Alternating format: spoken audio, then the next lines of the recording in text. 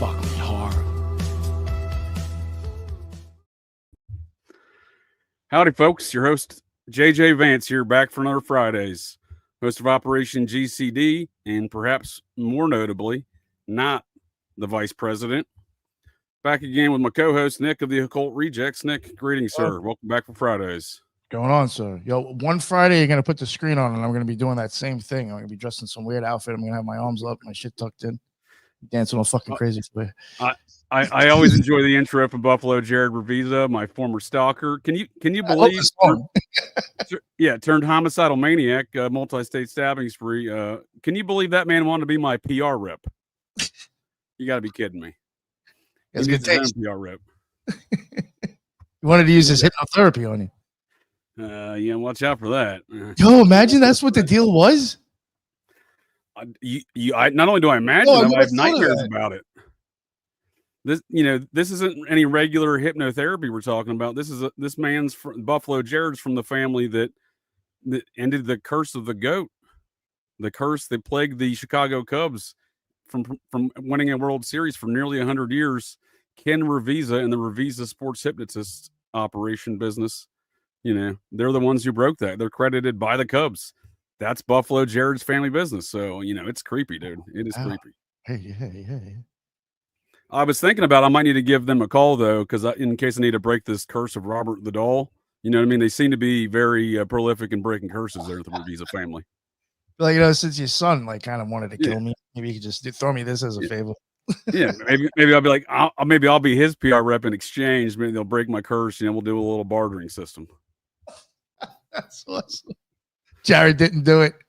Right? What's new at the the Occult Rejects? Not much. Finally finished. Pretty much almost done with my Jacob Bome, however you say his fucking name thing. So that's exciting. That has is that BOEHM?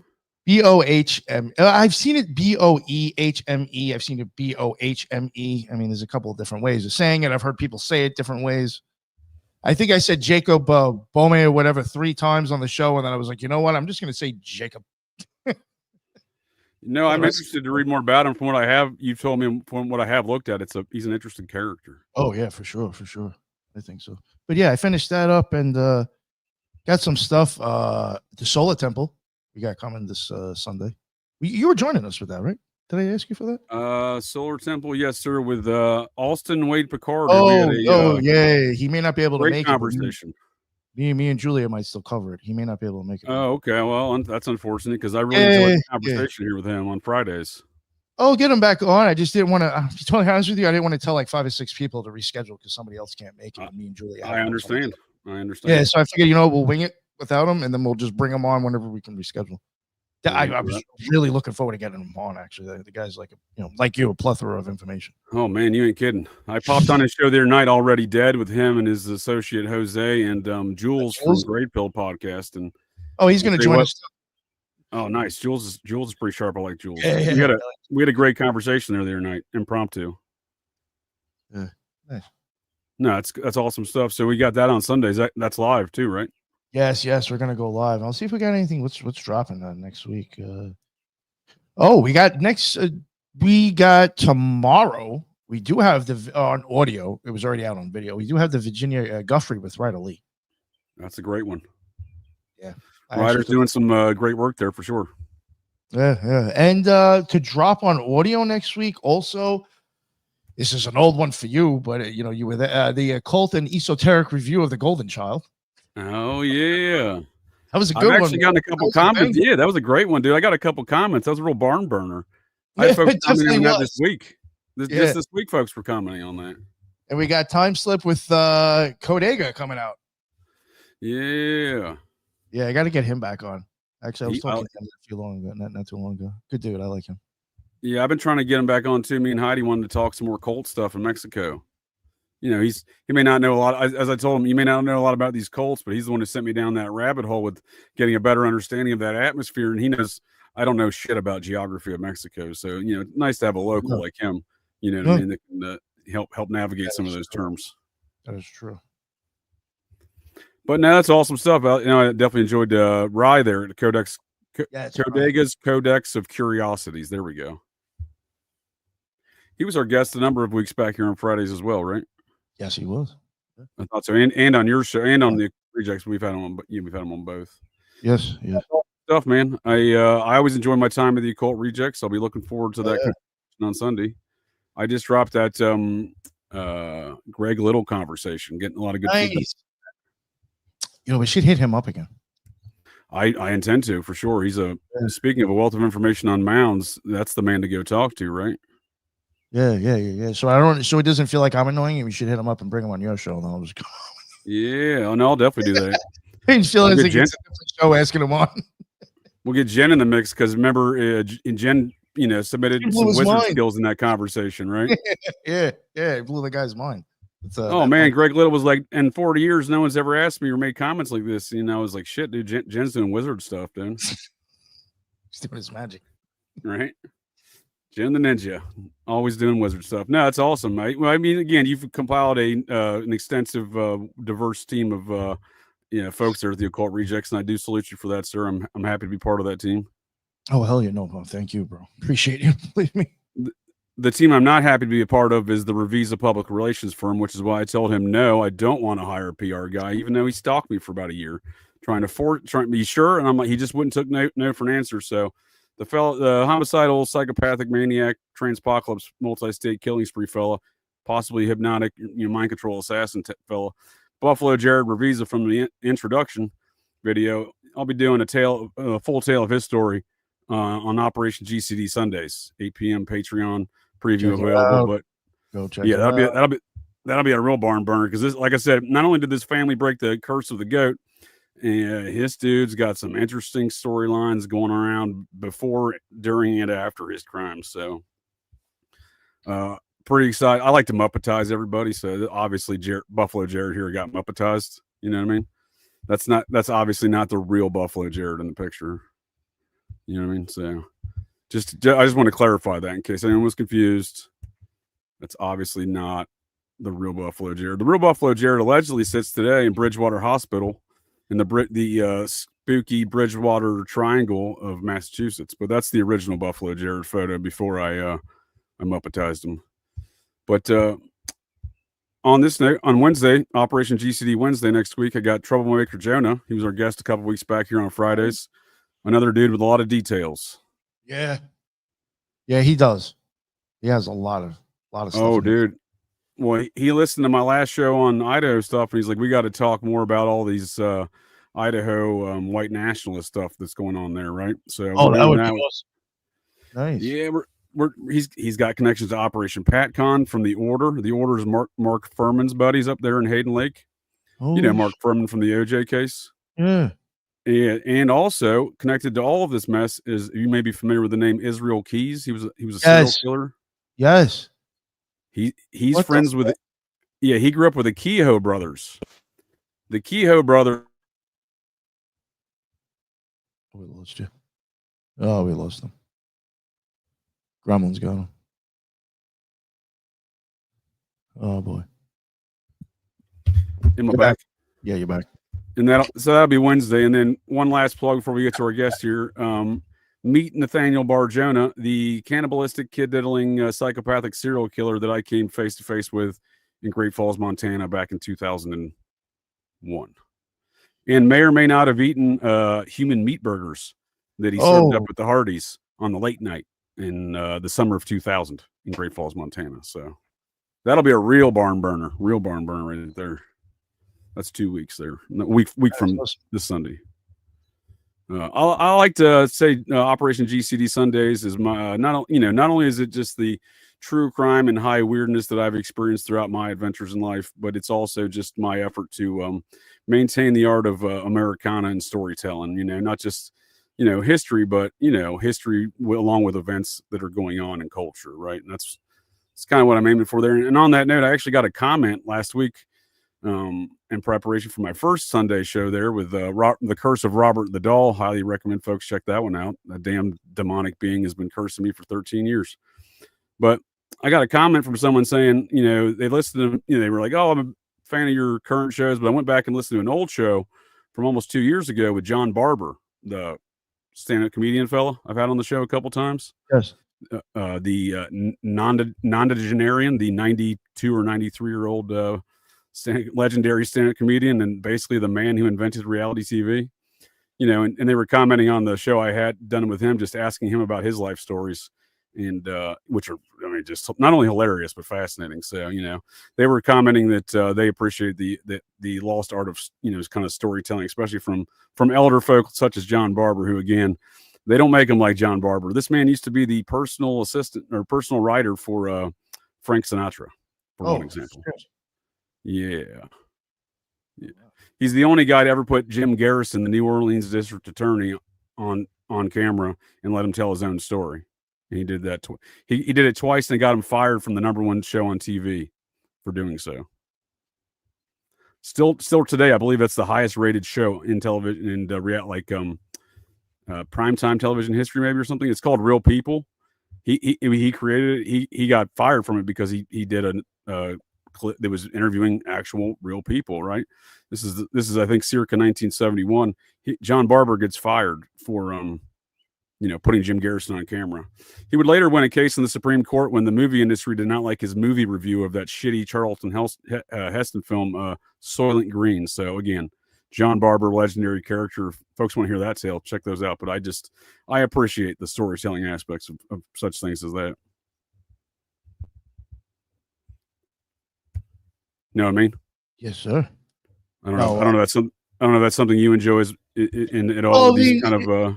Yeah, like I guess I get what you're saying. Like the art of storytelling. Yeah, yeah, like not specifically Mark Twain, but in a Twain fashion, right? Yeah, no, I know exactly what you mean, man. Yeah. I can see that's what you're aiming for. Yeah, no, I enjoy that. And again, John Barber is a master of that, so I recommend folks check that out. But speaking of philosophers and authors and storytellers, welcome Ethan Indigo, our guest tonight and fellow Occult Reject. How you doing, sir? Welcome to Fridaze. Salute to you guys. Hey, thank you so much for having me. Thank you, and thank you for waiting 12 minutes. I just realized I was meandering about too many thoughts there. Whatever. No, thank you guys.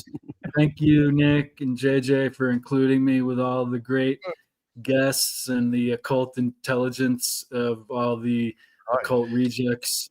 I'm honored to be included, and I appreciate you guys. So for sure.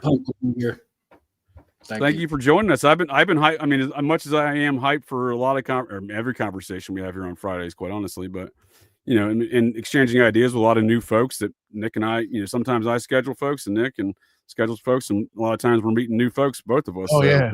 Both of us don't even know them. Yeah. Exchanging new ideas with new folks. And that's what we're aiming for here. And while we obviously know you, we're going to be exchanging a lot of new ideas, because I don't think we get to the depth of a lot of where your head's at a lot of times in the Occult Reject show. So I'm looking forward to that aspect.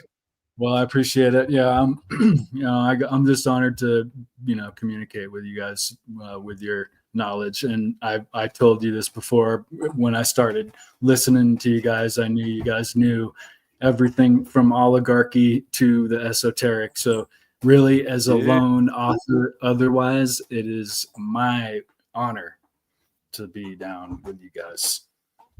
Well, I appreciate it, sir. And you, like I said, you're an Occult Reject, but you're also an author and a philosopher. So why don't you give us a quick backstory on some of those activities, please? Yeah, well, the philosophy started with a quite exoteric idea that I even used like the cursed word patriotism in it. But I was kind of looking at politics, and I determined or presented a kind of formula where there were 4 types of people based on mindset. Everyone likes to box people in and put people in certain categories. I find maybe I'm dealing with shallow people. I don't know, but everyone. No, that's pretty accurate, right? I mean, I think that's a standard attribute of humanity. It's something we like to label things, right? Yeah, whether it's good or bad, I think it's often not necessarily good, but it's a good way. It might be a good way as to initially understand someone. But I formulated the idea that there were idiots, zealots, elitists, and patriots. And Nick had me on. We talked about that. Yes. And not patriot in the aspect that is jingoist and state unquestioning, but patriot in the love of liberty, love of country, people, place, and idea. So it started from there, but then I started like contemplating, oh wow, that relates to, at first I was looking at it through the window of the allegory of the cave, which people might not know the fourth character that often, but there's the captor who has the captives, that there's two types, one chained and one unchained. And then the fourth type would be the freed prisoner. And so I kind of initially was looking at it from that realm, but again, very exoterically, if you will, not really looking at it too deep. But then I started coming across that there was other sets of 4 that were totally separate but totally similar, like the wise monkeys, which has an unsaid fourth too. Hear no evil, see no evil, and speak no evil kind of being the first 3, and what they call fear no or do no evil being the fourth. I don't know that one. Yeah, he's really the only on overt topical interpretation, at least he's the only one that's sensible, because he stops action. He's fear no evil and do no evil at the same time. It's a kind of crossing reference of both those. So when you're unafraid, you don't react, is essentially the message, whereas kind of people are really reactive otherwise.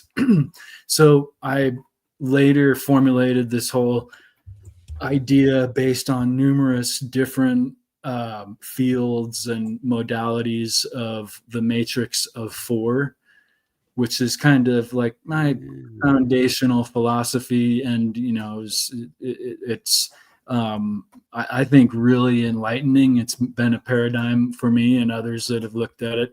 It's not necessarily. Yeah, we've covered that, and it's not really good. I thought Thank you. Yeah.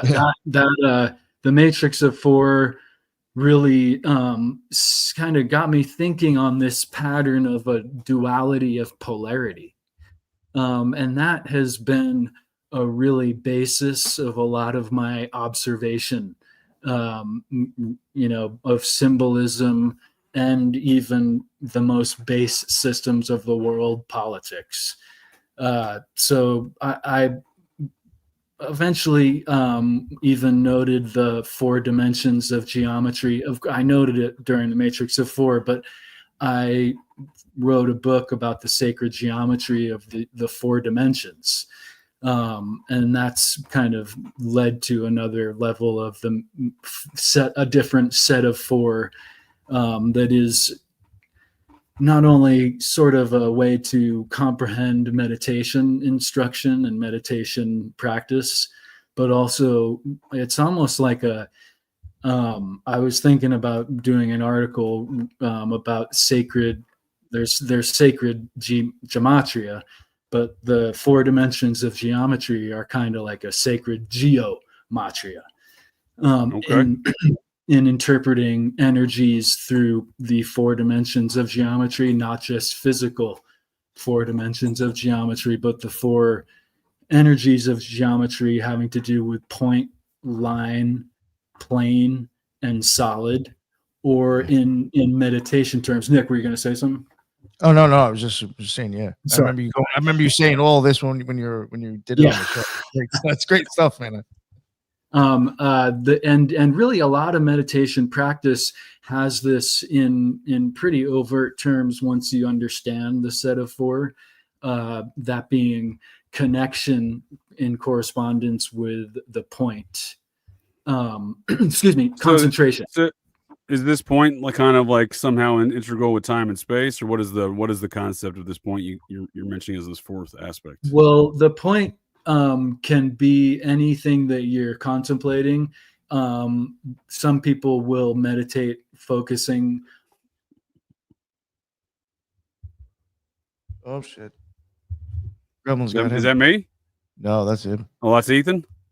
I was about to say I thought I was out again. It just started storming here, so I was about to say, dude, he had me hooked on these concepts, dude. Why is he going to fade away like that and skip out? I'm sorry about that. Oh, you back? Oh, dude, I thought you left me hanging here, dude, on a boonies. cliffhanger, dude. I'm in the boonies. So it can be a visual point. Some people will meditate. I got a Ganesh picture behind me. You can use any number of inspiration ideas or concepts, or even the classic thing you might see is someone meditating in front of a flame. But the idea is beyond just physical; it's metaphysical too, in the sense of concentration. Is the energy we are aligning with the point? It represents concentration. And Okay. the line is an energy connection in meditation terms. But in energy systems, we might hear people talking about cords, where they're attached to certain people, place, or thing in a negative kind of energy construct. Kind of So like a quantum physics kind of deal, like an entanglement situation. I always thought it being more allegorical as describing someone's, pattern being stuck in a person, place, or thing that's no longer. Okay. So not so much. Present. It's more, you understand, it's more metaphysical, because I was say, didn't Giordano Bruno kind of come up with a similar kind of entanglement process with something he called tubules? Yeah, I don't know about that, but I know there is definitely different physics connections to the point line planes and idea. Please continue, sir. I was just going physical. No, I got it's too quantum for you for a second. We'll go back to the normal. I stayed away from the quantum because it's so hard for me to grasp. But what I do know about the quantum is that even that word comes from quarter, and they were expressing quad, right? Quad. Okay, I see that. Yeah. And the expression there is, this infinite quartered super small particle, I believe, when they were initially comprehending or imagining the idea. But it is interesting that they chose the 4. So there's concentration and connection, and then there's circulation. I mean, a big part of energy systems, Tai Chi especially, is about moving energy in the body or moving idea within the mind, right? Learning to not be stuck on it. So I saw you do some Tai Chi stuff. I guess I don't really understand what Tai Chi is. If I may just interject for at least an explanation for me and any other folks on the interwebs. I'm like really excited to share Tai Chi and Tai Chi ideas. All right. It's often known for being woo, whatever. Right. Is this Tai Chi? Really, Tai Chi is. Yep. That's nice. That's Tai Chi in Lake Tahoe. Nice. I was about to say it looks like. Yeah. my apologies. It was on your website. I thought maybe that was a demonstrative. Yeah, no, thank you for sharing that. That's okay. I mean, it is kooky, but no, that you can share it. All right. I wasn't trying to offend you. No, I really don't know what Tai Chi is. When you say it's woo woo, I'm like, yeah, that's my understanding of it. Sure. No, it's known as woo woo. That's what I'm saying. No, because that's my commonplace understanding of actually. Sure. And it is I got a compliment from my Tai Chi teacher on my double lotus kick here. So I was about to ask you what exactly is going on here. Yeah.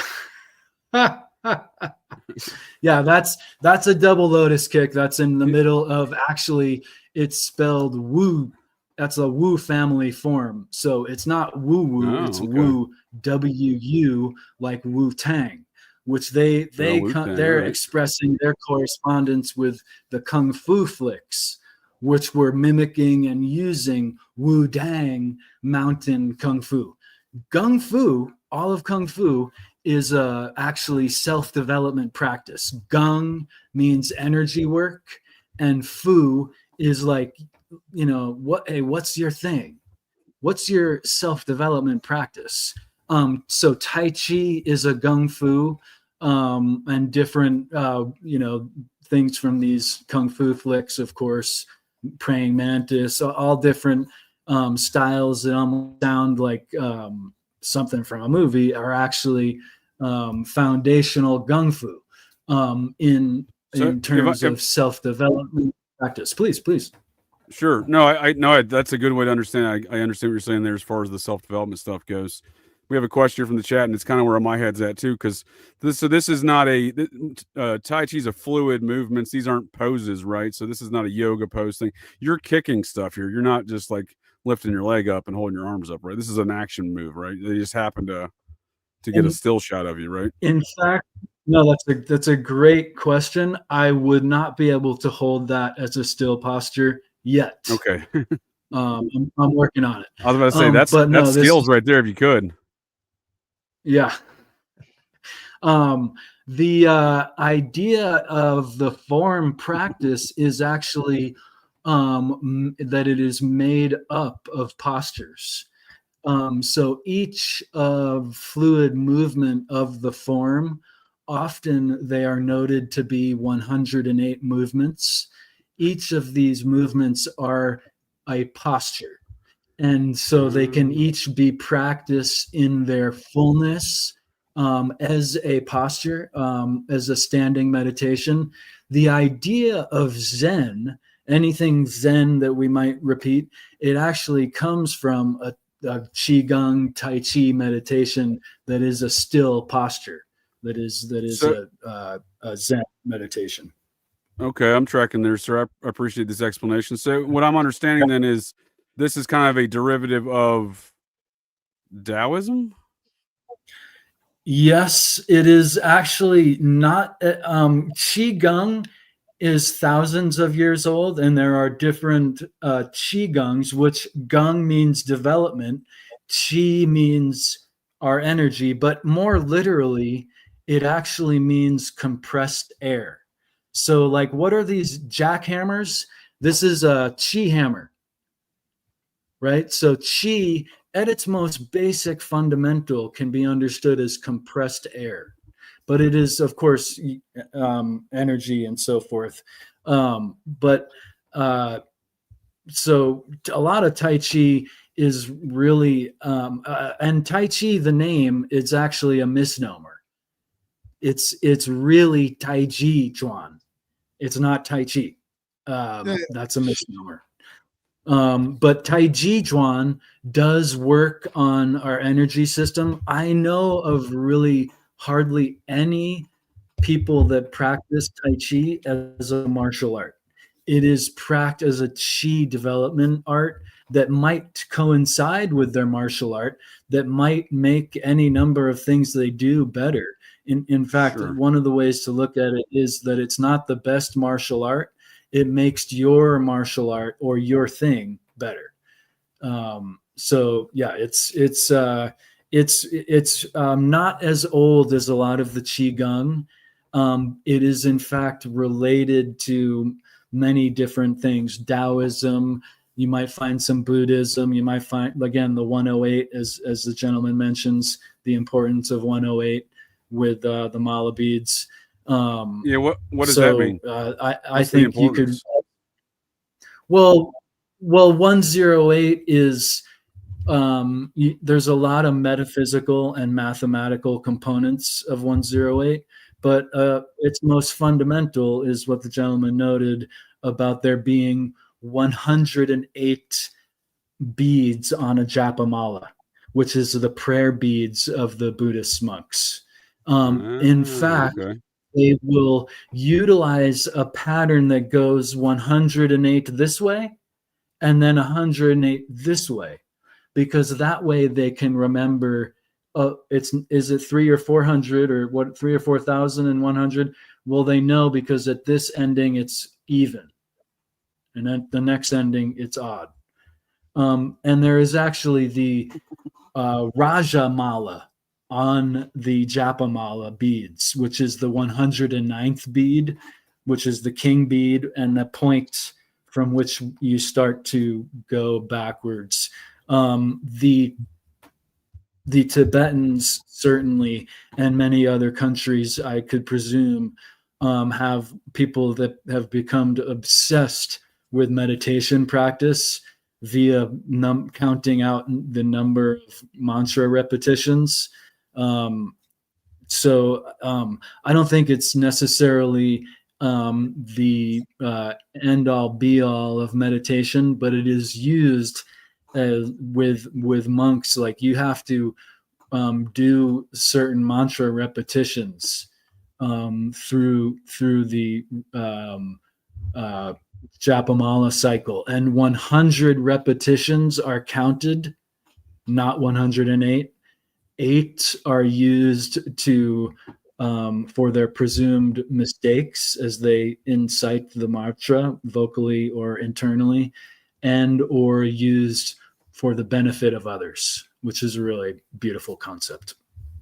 So they kind of built in some wiggle room. Yeah. If you say the expression wrong, you got 8 extra credits. It's all very interesting. Like I said, I'm vaguely familiar with some of these topics and subjects. Like I say vaguely familiar. When I lived in Washington D.C. for a number of years. When I was in the Air Force, I was stationed there for almost 7 years. One point in time, I lived in an apartment. Out in front of my apartment every day, this old Chinaman, probably in his. Wow. I mean, he looked like he was 80, but he's probably 112. He would be doing Tai Chi out on the sidewalk every morning, and I'm like, oh man, what's this dude like 6 a.m? So this dude was dedicated, but he looked younger than I'm sure what he was, and he moved very well, speaking to this movement and flow of energy you're talking about. Yeah, I mean, especially as we get older, there's something really beneficial to the formula of Tai Chi movement, and that is why it's the world's most popular martial art. Like I said, it's not practiced as a martial art, but in fact, because it's so good for people, it is now the most widely practiced martial art in the world. Not that all these people are martial artists, right? But we're lucky that we have it, and a lot of the healing arts from China, because it and many other things were and many things were totally eliminated during the Cultural Revolution. In fact, Tai Chi and its relations are so good for even a starving, malnourished, oppressed society that they couldn't get rid of it. They had to boost it. So it was one of the few things that has this rich history of ancient Chinese culture that they didn't and really couldn't get rid of. So that's neat. But yeah, it's really about moving in a manner that I think this is what it's really about. When people say that there's woo-woo to it, I think that they're totally wrong. I think there are woo-woo practitioners. I would never promote myself as a martial artist that's looking to use Tai Chi or XYZ.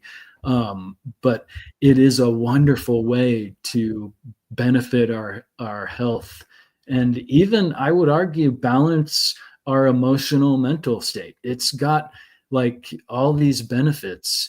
I kind of refer to it as second best for everything. Like, you could see a therapist. That's probably your best route if you have something related to that, or practice Tai Chi. That's close second. You could do yoga. That's the best way to get limber. Tai Chi, close second. You should use weights to get your muscle mass. Tai Chi, close second. And we could go on and on. And you've done a number of studies across the spectrum of these activities. As I familiarize myself with some of your work and your blog and your books, what you're describing, you've outlined. It seems, and what you're describing, I see in the details of your titles and description of your books that I have not read, and I will certainly be familiarizing myself with in the future. But it seems like you've done a great study in this, Ethan. How long have you been working on these matters in your brain on paper? I'm not sure when I authored my first book, offhand, but I had been writing Quite a lot at even 2011. I think I had written 1 or 2 books around 2011.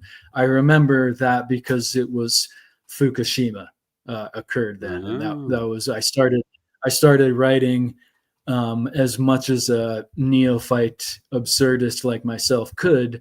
I started writing and researching on the nuclear experiment. So I that sticks out to me, but it's a little bit before then. I was already writing then. I was going to say there's one. Please go ahead. Oh no, I was just saying that's awesome. I see you've even published things on Gaia. I don't know how that happened. I feel like 1 or 2 people. All right, let's hear this story then, please. Well, actually, it was, I believe, through the 108 book. There was a festival that came through the Tahoe area called 108 Wanderlust, and they were quite popular and successful at one point in time. Then COVID hit. I don't know where they're at now, if they even exist in a big way, if they're even doing festivals. They had multiple things going on with their yoga studio and different contributors to what they were writing. And at one point, I don't know how it happened, but at one point they offered me the position to do something with the festival. And then they quickly reneged. They quickly reneged. I wasn't the right one for some reason, but I did get a few articles on there at that particular point in time. There, I got somehow the nicety of the inclusion there. That's how it goes. That's awesome. I think it was. So did you just difficult... like show up one day and you're like, "Hey, I'm on Gaia," or did they give you a heads up, or what are we talking? No. Yeah. Oh, yeah, for sure. Yeah. And you're going to get a lot of visibility on Gaia with these topics, right? This is right in their wheelhouse, right? Yeah, you would think, but most people are more into yoga. And why is yoga more popular than Tai Chi? Yoga pants. If you didn't say that, I was going to say that. No lie. I was going to be like, it's Ethan, it just sounds like you just. That's the joke and the reality. Looks like you just Tai Chi pants. Yeah, no, you look really bad. Well, I don't know about women, but you can't do Tai Chi without some loose pants. It really adds to the whole aesthetics. Okay, so now it sounds like you invented Tai Chi bikini bottoms. Yeah. They're like more like MC Hammer pants. One of the loose rules of Tai Chi is that there is not martial measurement belts, but one should wear loose clothing and have a loose belt. So yeah, jumpsuits are really the way, like in modern times. I was going to say a chemical aspect in my anecdotal experience of the benefits of Tai Chi. Again, I'm not trying to create fires with my hands. I'm trying to maintain stability in the world. So this is like anecdotal experience, the Qigong masters are the same thing you're saying with that's the extremist version of this theology, right? Or philosophy, right? The dope thing about Tai Chi is that there is no limitation. There's no belt. You do not reach a point of ultimate refinement. You keep going. So there's really, in that sense, it's not saying what you can and can't do. So right, that's I understand that aspect, but you know what I'm talking about. You see these. I'm not a martial artist. I am a fan of martial arts, and I'm a Scots Irish Cherokee fellow. In Scotland, our martial arts are called "fuck you," and it's mainly just headbutting your opponent. Sure. So, yeah.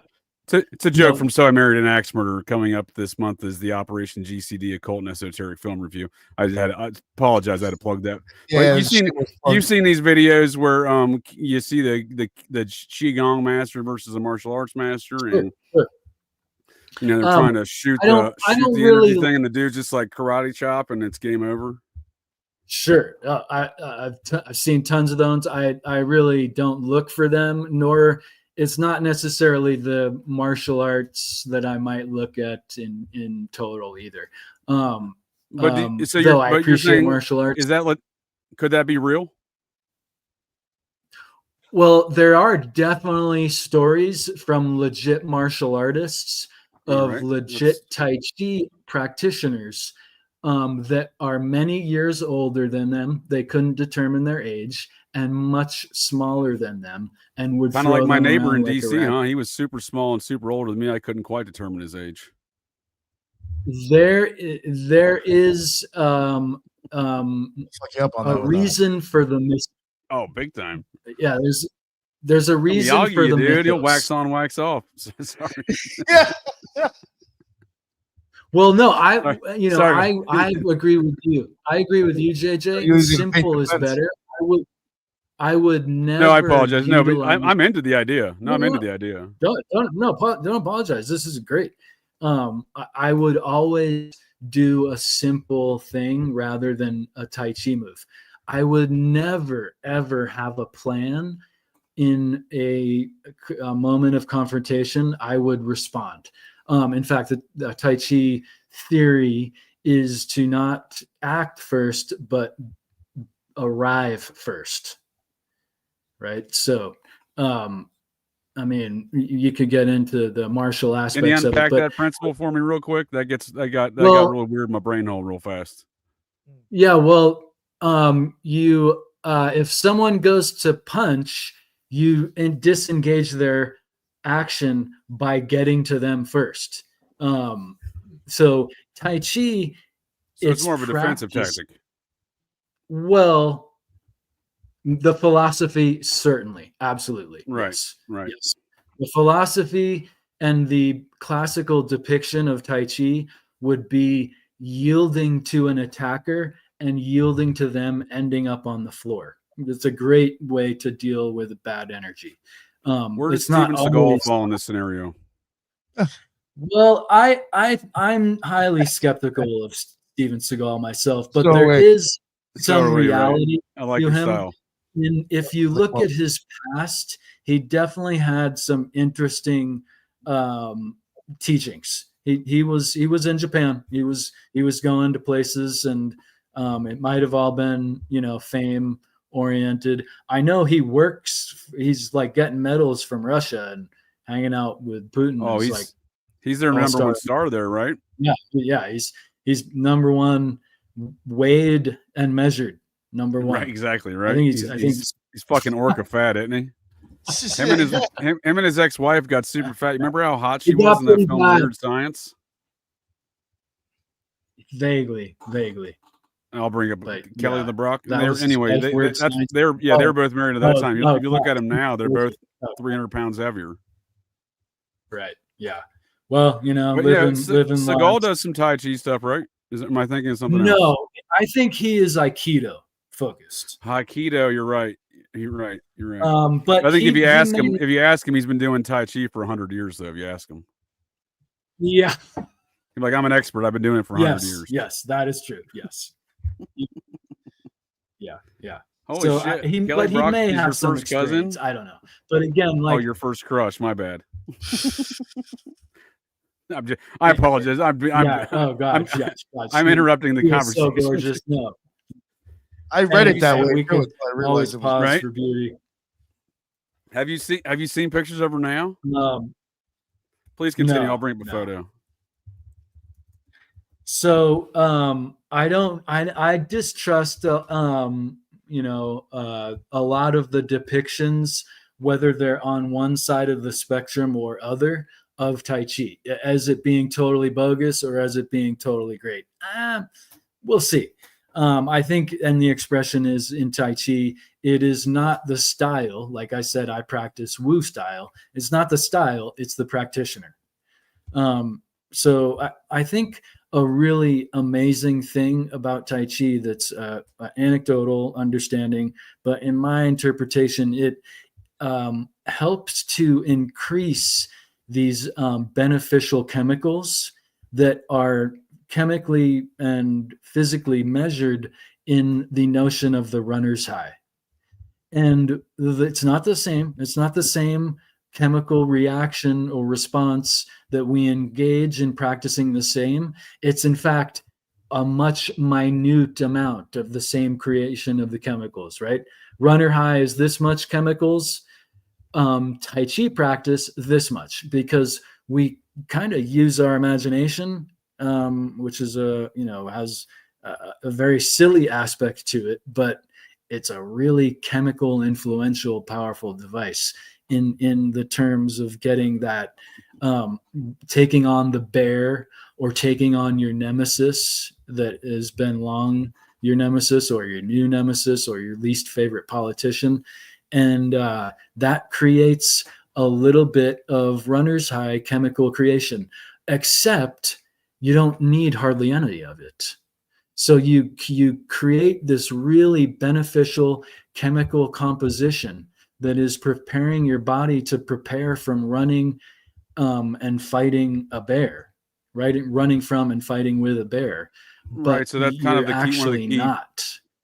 Is that one of the key principles then? So like that's the idea, is to train your mind while you're doing these movements?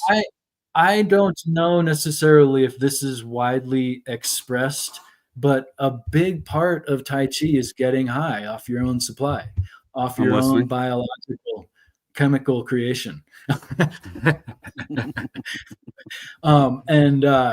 So we're really generating all this positive chemical forces, and yet we're at the same contrast putting our body in a really relaxed state, that these chemicals can circulate better and thus have a better effect.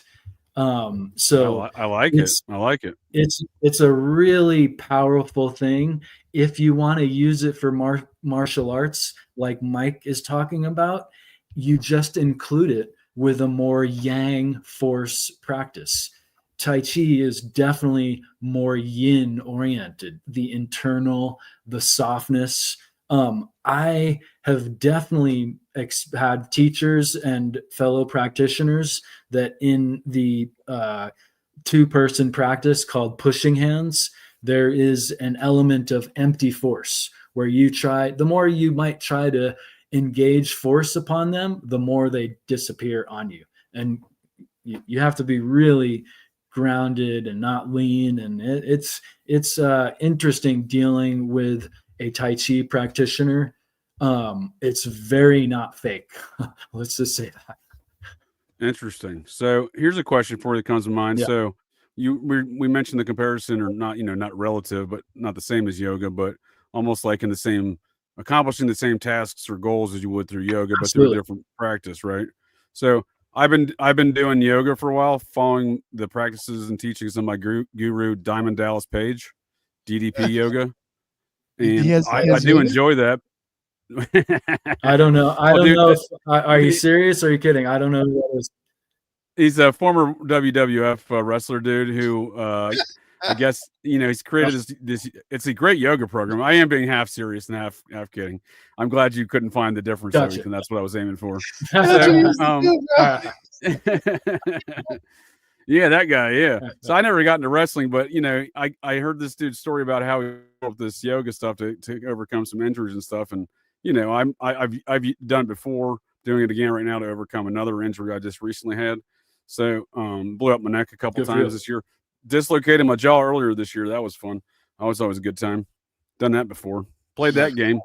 Breaking up a dog fight. Damn dogs. But anyhow, I would be, so would this be a proper substitute in place of my guru's teachings, DDP yoga?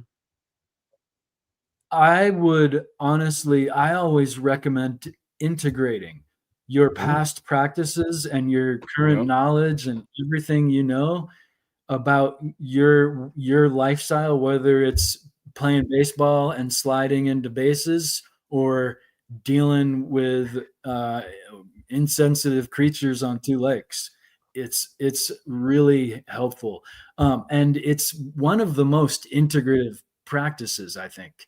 I practice yoga every day, but I think most yogis don't call what I practice yoga, but I don't know what to call it. You could call it Neidan or different Qigong maybe, but I highly recommend this. It's super vigorous and really empowering. the 5 Tibetan rites. Oh, go ahead. Go ahead. My lag time over here is terrible, Ethan. Go ahead. The 5 Tibetan rites of rejuvenation are super simple, powerful practice. Kind of has like a legend out of an old book. And I think it might be from Nepal or Bhutan, but the exact origination of it is non-determinative, but a really this powerful is set. Kind of I apologize. My signal's terrible. We got a storm going here now. You're good. This is not you don't go to, this is not something you go to a class necessarily to do yoga. This is something you've studied through some practitioner, of some old Tibetan, practices. Is that what I'm hearing? It is, in fact, so simple that there's no real instruction needed, especially when you have I like that. prior yoga experience and even sport kinetic knowledge of body work. Like it is yoga movements that you've likely done before if you practice yoga before. So it's, in fact, I think a big reason why it is not taught is because it's so simple and powerful, and just like, oh, I don't need to learn again. It's not like hot yoga where you need to figure it out, or different cycles where you need to figure it out. It's really just 5 movements done in repetition and a savasana. It's like the most simple thing, but it's really yang. It's really powerful. I find it, I'm basically dependent on it to start the day. On my back? But yeah, the Tai Chi, no, don't be sorry. No. The Tai Chi is a really great way to soften the body. Another thing I've experienced is a whole different way I might deal with gravity, even the gravity of someone pushing me or trying to topple me over. We don't realize how mechanical and square we often move when we're actually meant to be more circular, or more circular movements might be more powerful in dealing with different aspects of gravity. Certainly not all, but it really changes the way you might deflect incoming energy, for instance, or a fall, and it teaches people how to walk. You'd be surprised how much I've shared Tai Chi. And I talk about, remember to, when we're walking, we step heel first, and make sure to not catch our toes. And a lot of people are like, wow, I never thought about that. I needed that. And so it's like really simple, but it's really, I wouldn't say complicated, but refined as well. But yeah, it has so many positive effects. And that's why it's popular, not the woo. I swear. And there are notorious woo woosters out there, I'm sure, definitely in yoga and definitely in kung fu and so forth. But it's really meant to be practiced alone. And that's maybe the complication of sharing Tai Chi, is that people really have to do it themselves. Right, like it's with the personal alchemy, development aspect of it, right? It's understanding oneself, right? Yeah. Well, it's interesting how much you can think about when you're learning about just a really simple articulation. You might realize how clumsy you're moving. When you try to mimic a refined movement that you're learning, you realize how much that you can refine. Not that we are all clumsy, but we're actually all athletes, right? And I so, move like a cat, sir. So I understand what you're saying, but I mean, I always land on my feet. That's Tai Chi is all about the feline energy, and notoriously attracts the cats. And animals, I find they love to observe humans practicing Tai Chi, and they almost are like, that's funny. This is what humans do. They just are kind of It is a weird response you get from it, almost, honestly. Now, Because I appreciate usually the way we you break just are that down. walking firmly. Yeah. It's No, go ahead. interesting, right? We're usually walking firmly. We got a delay going here, so I apologize. Go ahead. No, this is great, because we're usually walking firmly, or maybe we don't even walk, and the animal just sees a human kind of swimming in the air, and it's very bird-like too. The birds are like, can he fly? So, I mean, it's a really like amazing chemical process. And yeah, it's got just really, it's the one thing in the world that I found no hangover, all benefit. Interesting. No, I appreciate those comparisons. I definitely enjoyed the breakdown there. I thought you were going to tell me that at one point your yoga guru was Macho Man Randy Savage, and I was going to obviously sign up for that program. Isn't he dead? I did the 3D holograms of at Macho Wanderlust. Man I met. Yo, he's boys. At Wanderlust, I met some kind of. Sorry. Well, I'm lagging now. Sorry.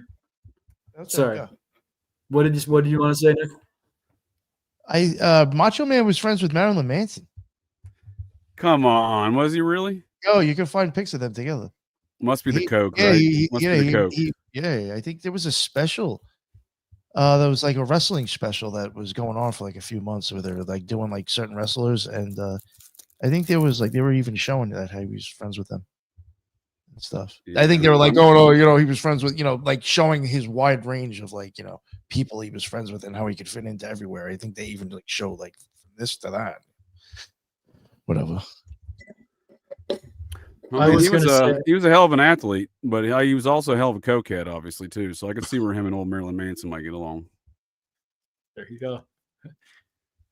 I was going to say I've met some and experienced classes with some, famous yogis. I mean, famous in the yoga field. But in my experience, my Tai Chi teachers have always been like Yoda. Like, I found you. Like, it's really hard to find a Tai Chi teacher. Let's just say, it's really beneficial, but there's few and far between the people practice and teach it.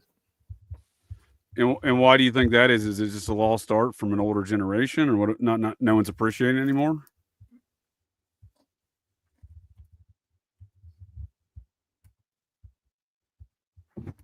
I think he might have lost you.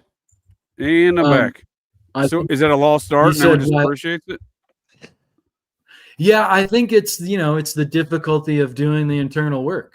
Like, here's the no one wants to do it. Here's the work you got to do, and you got to do homework. You should work your way up from 20 minutes a day to an hour, and I'll see you next week. Yeah, well, I think you nailed it with that personal development, right? I feel like that's a big limiting factor for folks.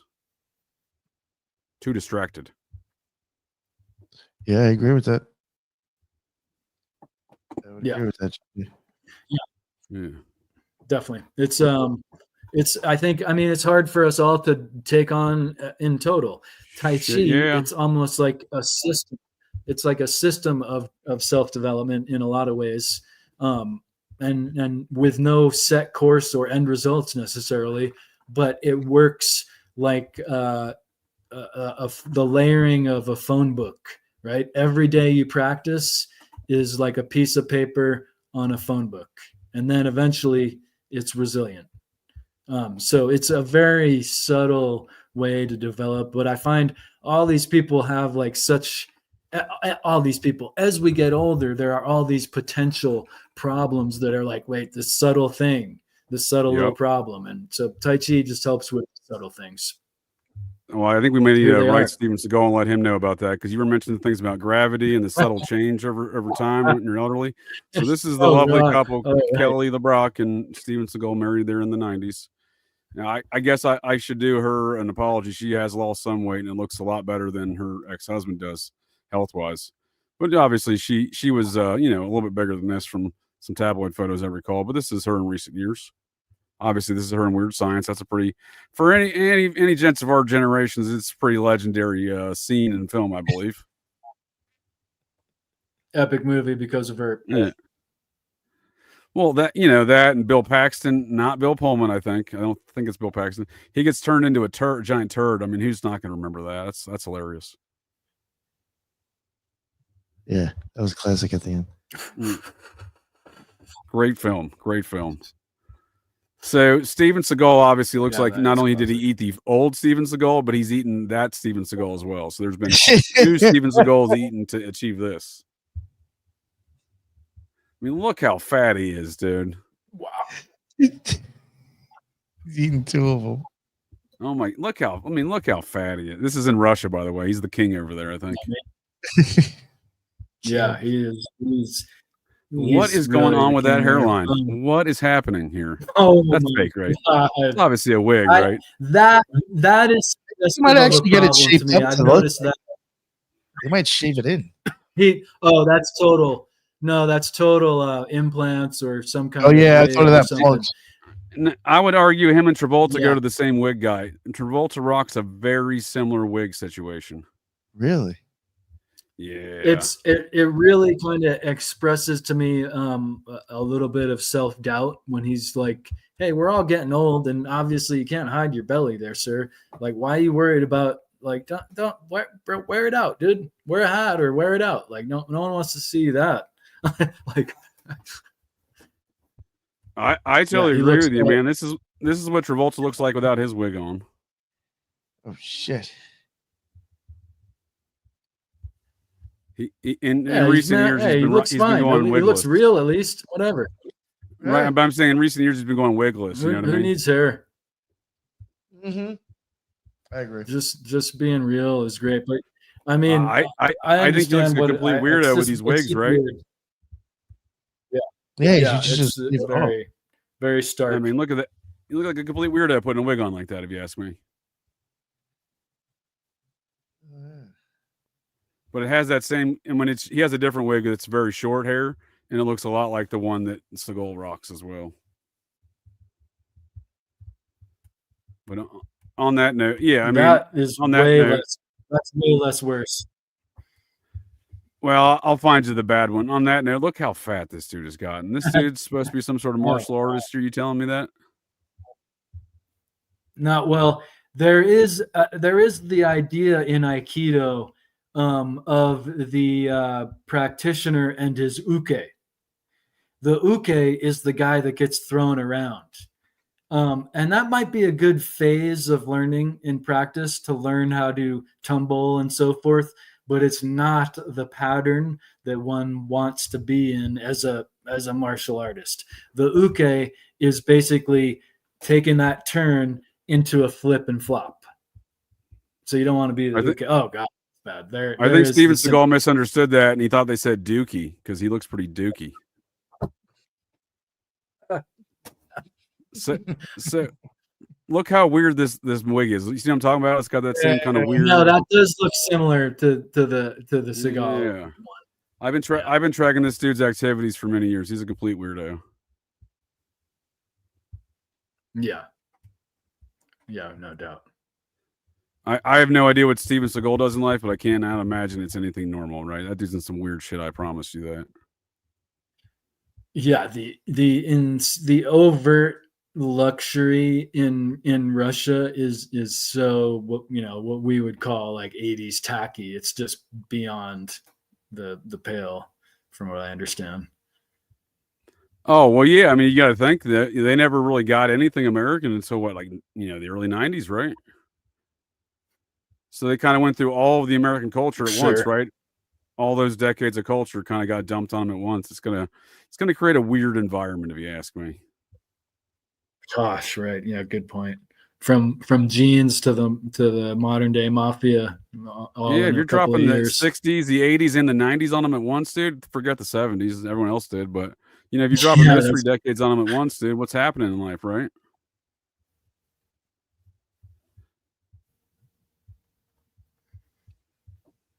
Yeah, that's a mind screw. Yeah, I think you both did. I don't know. Damn it. Maybe you did, JJ.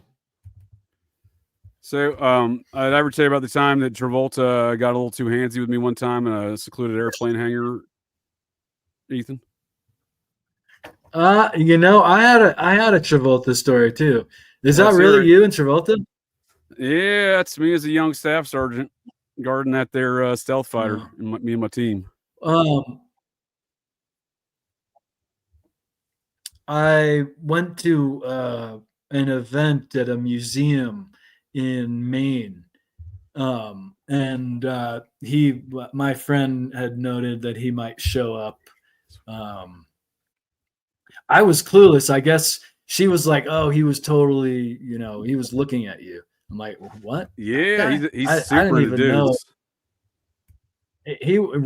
Right, of course, and she knew that then, and I was just like, kind of clueless, like, "Oh, Travolta's gonna be there. I want to meet him," but he was so DL. Like I didn't even. I looked right at him. I didn't recognize him at all. I was told later that was him. He was so inconspicuous.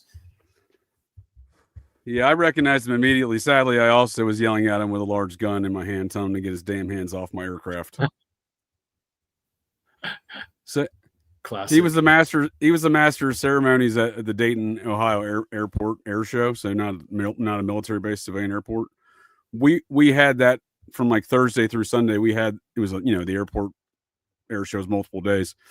The main event was on Saturday. He was the master of ceremonies. No one told me. And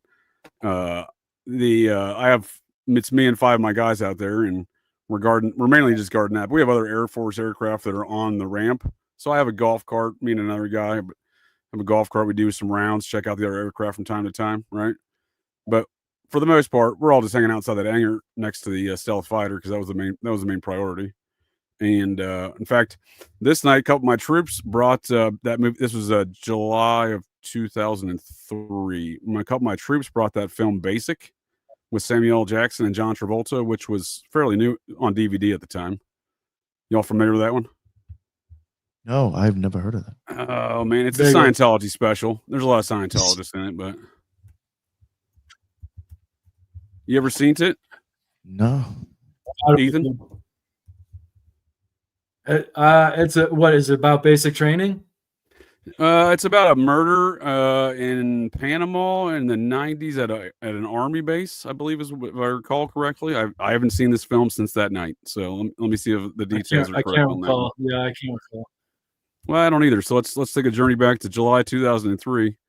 We don't have a DeLorean tonight, but we'll do a quick shot here. Yeah, Basic is a 2003 crime action thriller directed by John McTiernan. Yada yada yada. Travolta, Samuel L. Jackson. I know Ribisi's in there. He's a Scientologist. Okay. During a live fire exercise in the jungles of Panama, a team of Army Rangers trainees is led by instructor and Master Sergeant Nathan West. Sergeant Ray Dunbar. West is why don't they tell me who's the actor here? Anyway, there's a murder, and then they bring in Travolta, who's Army CID, to investigate stuff, and it gets real weird like that. It's actually a decent movie. It was kind of a flop at the theater, though. It didn't do well, looks like, box office wise. Yeah. Yeah. So it was March of 2003. Yeah. So the DVD came out literally like that week. Sheer happenstance, I suppose. But so we're watching it that night. They're watching it in the hangar as I'm out doing my rounds, right? And that's when I see someone touching some aircraft of mine, and no one told me about it. We're in a restricted area on a civilian airport, and so I pull up there in my golf cart, hop out, start hollering at the guy, "Get your damn hands off my aircraft." It was a guy, a lady, and a child. It's midnight on a Friday night. And the guy turns around. I immediately recognized it was Travolta. And I was like, "Holy shit, are you John Travolta?" And he's like, "Yeah." And he's like, "That's my plane." And I turn around. Comically, there's a large 737 right behind me that I definitely didn't see as I pulled up. And that's his personal aircraft. He had just flown in. And again, no one notified me in my security area of this, because the airport cops didn't like us. So by all means, no one was going to help in any capacity by notifying me of folks coming into my area. But they wanted to come in and see the stealth fighter, and I told those fat bastards, no way, it's a secured area. So when they saw me bring Travolta in there, they threw a bigger fit later, and I was like, "Oh, you guys can go fuck yourselves. I don't care." So So no one told me. So then I felt bad, and I was like, oh shit, that's your plane. He's like, yeah, I just flew in. I'm the master of ceremonies. And I said, oh shit, my apologies. And the lady and the child was his publicist and her son. So it was late. They left. I said, I felt bad. I said, why don't you all come see the stealth fighter and come meet my troops? They'd love to meet you. They're watching. I said, they're watching your movie right now. And they go, he comes over to the hangar, and I was like, man, this dude's a nice dude. He came in for like an hour and a half, demanded on taking photos. I did not want to take this photo, by the way. The awkward look in my face. Awkward look in my face is because I was standing about 2 feet over from him, and at the last second, he put his arm around my neck and brought me in real tight. And then I pulled away, and I felt bad because he looked at me weird. So I put my arm around his arm just to make him feel a little bit better in life. But he was a nice guy. Otherwise, he signed autographs on like that DVD and stuff of my troops that they were watching. But I did feel bad for foreign folks. You know, I wouldn't point my gun at him, but I had a rifle. You know what I mean? Like it. So, he was touching my aircraft. I didn't appreciate it because no one told me. But anyhow, so it was a weird event. You didn't know. You didn't know someone was supposed to be there. Yeah, that's he understood. Like I said, he hung out for like an hour and a half. So, and then years later, I saw them tabloid articles, and I was like, you know what? Maybe he wasn't just a nice guy. Maybe he thought he hit the jackpot that night. You know what I mean? He's like, what do you mean? He's like 6 young, strapping Air Force military police officers in a secluded airplane hangar on a restricted airfield on a Friday night. He's like jackpot. You know what I mean? Yeah. That's kind of how I felt about the situation later, because apparently he got real aggressive with those numerous male masseuses over the years. And I'll tell you one thing, he got a little aggressive with me in that photo, and I at the time I didn't really appreciate it, and I just thought he was an overly kind gentleman at the time. Yeah. Well, it makes me think. Have you guys heard the story about Jackie Gleason? I'm listening. I like some old Hollywood tales. I'm not familiar with this one. It could be total BS, because check out what it's related to. But there's a story of how Jackie Gleason was fascinated with the UFO topic and phenomenon, and he even, I think, had a house built in the shape of a flying saucer. I've heard that. Where was that? Howdy was telling me about that recently. I think LA. My mistake, though. I don't know particularly, but I assume it was in California, Southern California. But he had a whole library on the topic, right? And apparently was friends with some really high-powered folks who brought him to see either a craft or bodies. Again, a highly skeptical story. But it makes me think, John Travolta, I've heard other stories of him being interested in planes and such. Obviously, the ultra wealthy, they just get them too. So they're like straight shopping. But I wonder who the modern day Gleason might be, that, has some star with connection, like, oh yeah, I'm just going to go to the Air Force Base and hang out because everyone knows me.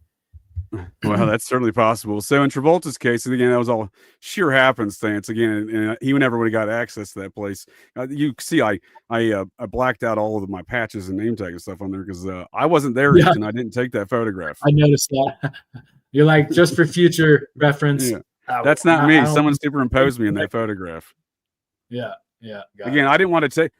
I was the last one. Everyone else, I'm like, yeah, you all pose for photographs. That's fine. You know what I mean? Like, it's like, we're not climbing. I was like, we're not climbing the cockpit. That's not happening, guys. You were kind of the boss. So you're like, go ahead. Yeah, I was the boss. So, and I didn't want any evidence that I was engaged in that. Was fine with them doing it, but everyone talks, and I was like, this shit's going to get out. You know what I mean? These were all early onset digital photography, so shit was going on memory cards. That shit gets real wild real quick with getting shared. I was like, I'm going to be no part of this one, right? You know what I mean? So I don't like to. I go by the John Gotti school of life, where you don't post for photographs in incriminating circumstances, and anything you say or write down, be ready for that to be read back to you in court.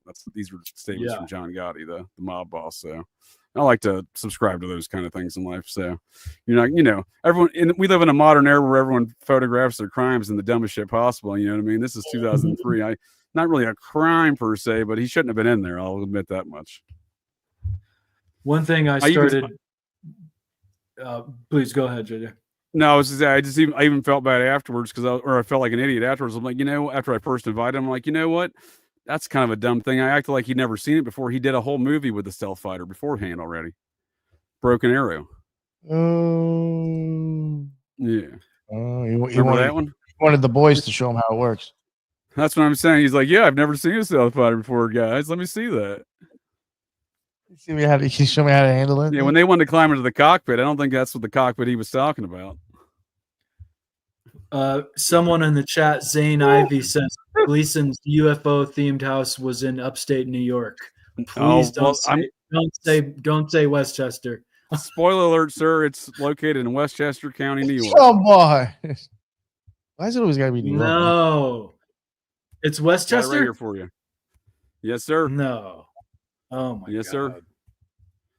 I was waiting for it. You got me. You read my mind there. Jackie Gleason's iconic circular mansion on the market for $12 million.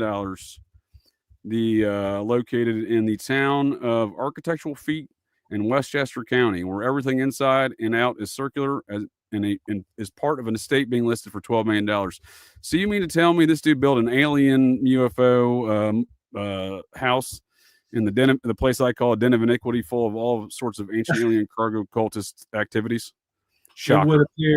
It would appear. Shocker.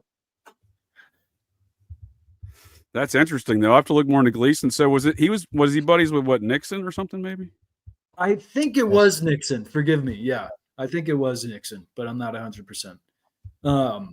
And yeah, there's stories of him just being walked in, and just like people would react, like, "Oh, hey, it's Jackie Gleason. You're friends with the general." He obviously. I mean, he was the dude, right? And he was the guy. I mean, the Honeymooners was on TV when there's like 2 or 3 channels, right? He was like the only. You were forced to watch it if you didn't like it. I mean, it was still on anyway. That's true. Good points. Yeah, so that's wild that he was in Westchester. I will admit to having grown up in that den of iniquity, Westchester, for about 4 or 5 years of my youth. Bug out on this class trip. Yeah, please do share, sir. Please do share. 4th or 5th grade. This was in Putnam Valley, right near modern day West Point and Indian Point. And of course, JJ, maybe you're familiar. There's a big mountain base there. There's a big underground army installation and training facility right next to, virtually down the road from West Point, and really closer to Indian Point, the nuclear powered generation experiment. I have no idea, actually. This is brand new information. Please continue. Well, do you want to look up what that is? I forget. I think it's still in existence. I'm working on it right now. Yes, sir. Cool. I forget the name of the mountain base, subterranean mountain base, right next to West Point and Indian Point. There is so it's not like secretive or anything. And we drove right by this mountain base. I forget what it's called. JJ will know in a minute. And went to Indian Point nuclear power generation facility for a class trip. And it was a total propaganda show and propaganda tour of the nuclear power plant, which of course they stopped doing because they gained some sensibility. But that was which power plant was this? Indian Point, upstate New York. It is I think it's now shut down, but keep in mind every shut down nuclear power plant has on-site storage. It is just not producing energy anymore, but it might still be running. Right. It's decommissioned, but you're right. It's still kind of being in a hold status, right? It's got to be. And actually, it's the oldest nuclear power plant formerly operating now in the U.S. Are you talking about Camp Smith? No, Indian Point. No, the military base there. Oh, it could be Camp Smith. Excuse me. Sorry.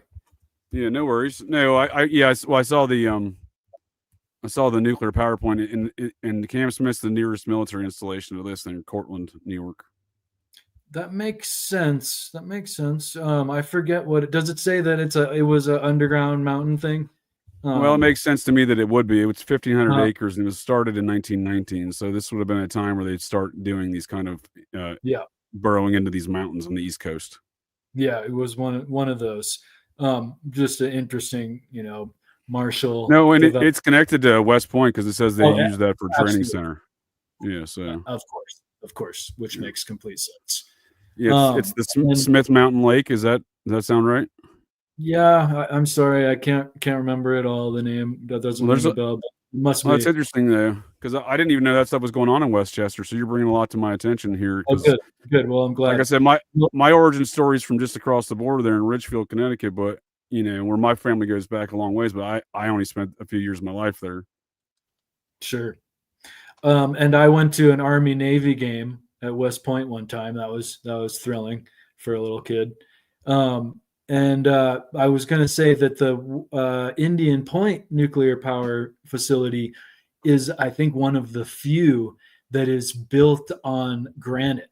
Of course, New York is just all granite, right? Especially that area anyway. So it's probably one of the more stable facilities that there are. Yeah, there's definitely a lot of quarries up there, huh? That's some of the best granite up in New England, isn't it? Oh, that's interesting. Running water. Oh, Vermont's full. Vermont, New Hampshire, they're full of huge granite quarries. I mean, that have been long since mined and abandoned, and now filled with water. They're just filled with water. And some of those places, a number of them have this lady in the lake kind of folklore, where this ghostly apparition will jump into the water from some lady who allegedly jumped into the water and died. Sure. I've noticed that's a common trope through these quarries, over the years. I used to do a lot of ghost hunting, if you will, in my summers in Vermont, especially when I became a teenager and had a driver's license. That's a cool area to do that. It's a wild place, dude. Vermont's got a lot of weird history. Very weird history.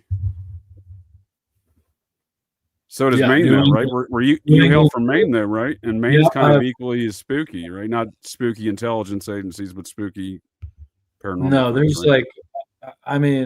The more you know, the more subtly spooky it can be, I think. It's what are we talking here, sir? Yeah, it's got a very. Are we talking like 600-year-old vampires firing off guns into the air on the City Hall of Burlington, Vermont? But it makes me think that there is not only was there people that were using the Salem witch happenstance many centuries ago now to implicate people that were totally innocent and or just healers with herbs and so forth.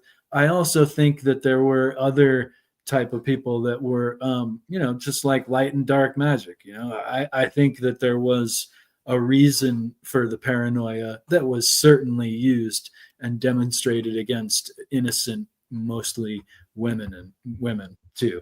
But I think there is just something behind that in a lot of these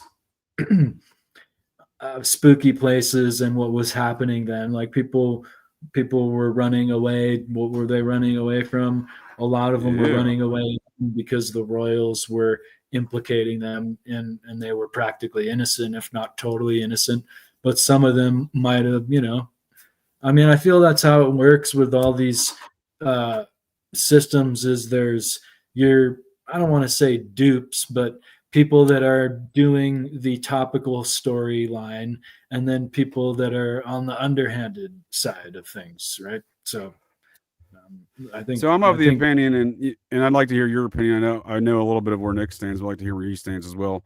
You brought the Salem witch trials, and I think that's a very integral moment in the occult history of America, and I can get into that here after we share our thoughts. But I'm of the mindset that there was both a satanic panic, if you will, for the witch trials, and some of that shit was obviously executing innocent people or folks doing herb stuff like you're talking. And then I'm also of the mindset there's some weird shit going on there.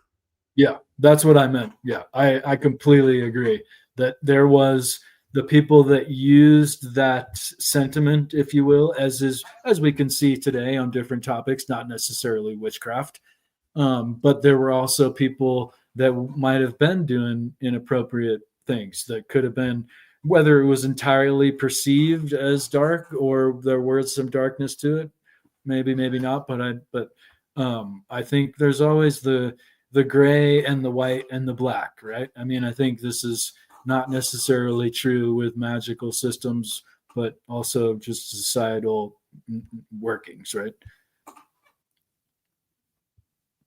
For sure. Nick, what were your thoughts on the Salem witch trials? I know we've discussed that somewhat offline before a couple times.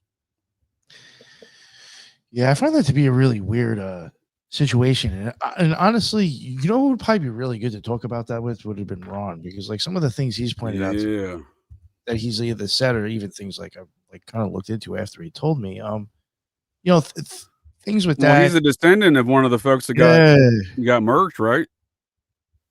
Yeah, and like he did go into, like, first off, I was always questioning like how truthful is this anyway. I did think it was a lot of satanic panic for back then.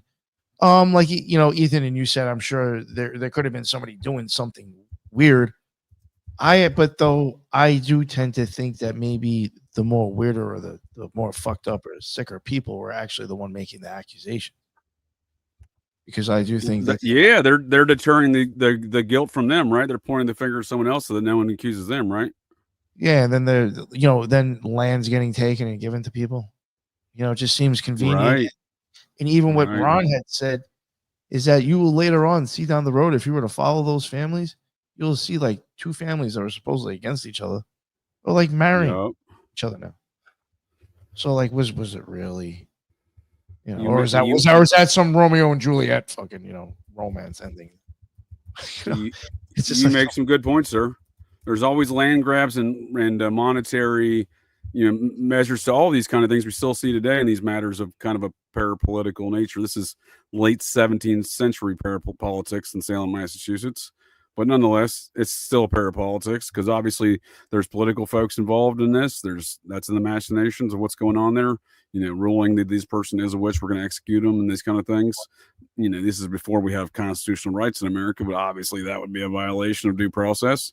Even think of it this way: if there's like some sort of like family that still is like embedded in that town, it is always going to have money coming in. I'll do you one better. Why is it we see so many people involved in that story? No, I agree with you, but I'll do you one better as far as exhibiting what you're saying is why do we see so many folks that were so integral in that situation on both sides of it, the accusers and the accused, their descendants are not only they're the pioneers in the occult in America, but they're also prominent folks in society. So Joseph Smith's grandfather, paternal grandfather, he right? was great grandfather. His paternal grandfather served in the Revolutionary War as a captain and was an original member of the Society of Cincinnati, the secret society that founded America. And I would argue Mormonism is an offshoot of that. We did that show with Heidi, kind of describing some of those details. But that's what I'm saying. There's all this weird occultism within these families, but it goes back to the Salem witch trial. Seems to be a seminal moment. So you have Joseph Smith's great grandfather and his grandfather-in-law, so his wife's grandfather. They were both accusers of witches in Salem, and those witches were executed, right? So what happened to their property and their homes and stuff like that? In many cases, other folks were definitely seem to be plotting for that, right? Yep. And then you see Jack Parsons, old Marvel Whiteside, aka Jack Parsons, the Agape Lodge of Thelema, not the founder, but apparently the head. I always thought he was the founder. I looked more into it, not the founder. I was kind of surprised of that lodge, right? He later became the head of that lodge, but he was not the founder of that lodge. Yeah, and then he moved it, I think. Right. And then his wife ran away with a guy who was the founder. Right. And then his other girlfriend ran away with her side her sister / his side piece and L. Ron Hubbard's main squeeze there, I guess. He did that too well. Whatever weird sexual dynamic those four had, she ran off with her, right? So Parsons is left alone. But his fourth great grandmother, Parsons, was an accused witch in the Salem witch trials. So we have a guy who's at the forefront of Thelema in America, and yet his mother was seemingly, I do think she was into some weird shit. You know, Parsons did actually supposedly say that he did attack him with magic after that, with martial magic, supposedly. I wouldn't be surprised. That's what I'm saying. They're doing that in your sleep magic. He was pissed. He was pissed the fuck off, supposedly, after he ran away with his chicken shit that he was trying to sink his ship or something like that. Yep, typical. They do that stuff, don't they? Especially that was something Crowley did, right? That was something Crowley liked to do, though, right? He used to like to engage his opponents in some sort of mystical mystical warfare. I know he was basically. I don't know how true the story is. He was like walking down the street having like fucking a magical battle with some other dude. I know I've heard that. Sadly, I don't think there's going to be any Cocaine Bob Evans references tonight, but stick around. I can't ever rule it out. So, you know, what are your thoughts on this stuff, Ethan? So even the Bush family, right? They have roots in Salem, right? Wow, I didn't know that. Yeah, they're descended from one of the witches. It's the Walkers. You know, George Herbert Walker Bush. One of the Walker foremothers there was an accused witch. I believe she got murdered, dude. Spooky. Oh, let me look at that. So, well, I did know that they were East Coast establishment, long time posing as Texan oil barons. Good Texan good old boys, but they're actually right East Coast establishment. For sure. Did you know this lady's foremother was also a witch in the Salem witch trials? Yikes. And is she none other than English? Sarah Jessica Parker. Is she of English heritage? She's of witch heritage. She looks like one still today, right? No, is she of English heritage? She's of the same kind of ilk we're talking about, the Society of Cincinnati Blue Blood, New England, Massachusetts heritage, yes. A lot of things go back to Essex County and specifically Salem there in Massachusetts and around the Salem witch trials that are still relevant today, not the least of which is the actual trials, but I'm just saying the people that were there. That's really spooky, man. Yeah, I agree. But so, like, what are your thoughts on that as far as why is it that, for example, Joseph Smith, and we'll just take Joseph Smith and Parsons, why is it that these folks are descended from folks in the witch trials, yet they and they're the forefront of occultism in America? You know what I think is this? I think, and not because it's my theory, but I think this solidifies. Theory, that's fine too, right? I think this solidifies even more that it was a bullshit story handed to you. Yeah. I like it. That you're being fooled again. The Nazi magic. You're by fucking magicians, right? Yes, you're fucking wizard shit, dude. Well, I mean, this whole establishment of the country was before, excuse me, the idea of manifest destiny, which was a total abhorrent lie to inspire people to do really nefarious activities in order to acquire resources, essentially. But they had their somehow clocked into different reasoning, through this perversion of idea that, you can just take what you want. I mean, so this country was definitely founded on that type of lie to motivate really theft from other people, ultimately. If I may, I blame the Vatican for that, but I understand what you're saying. You're making an accurate statement. I'm just saying when it comes to manifest destiny, I point a lot of stuff towards the Vatican on that one.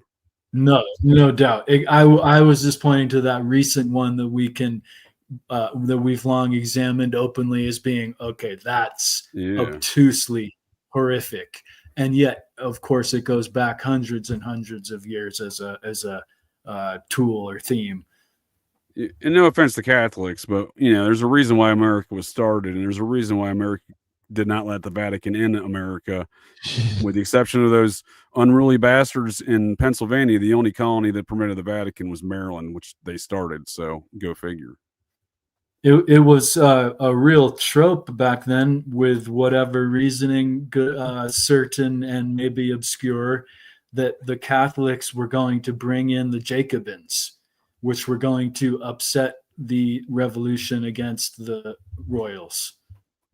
Well, that's who started this country, sir, was the descendants of the Jacobites.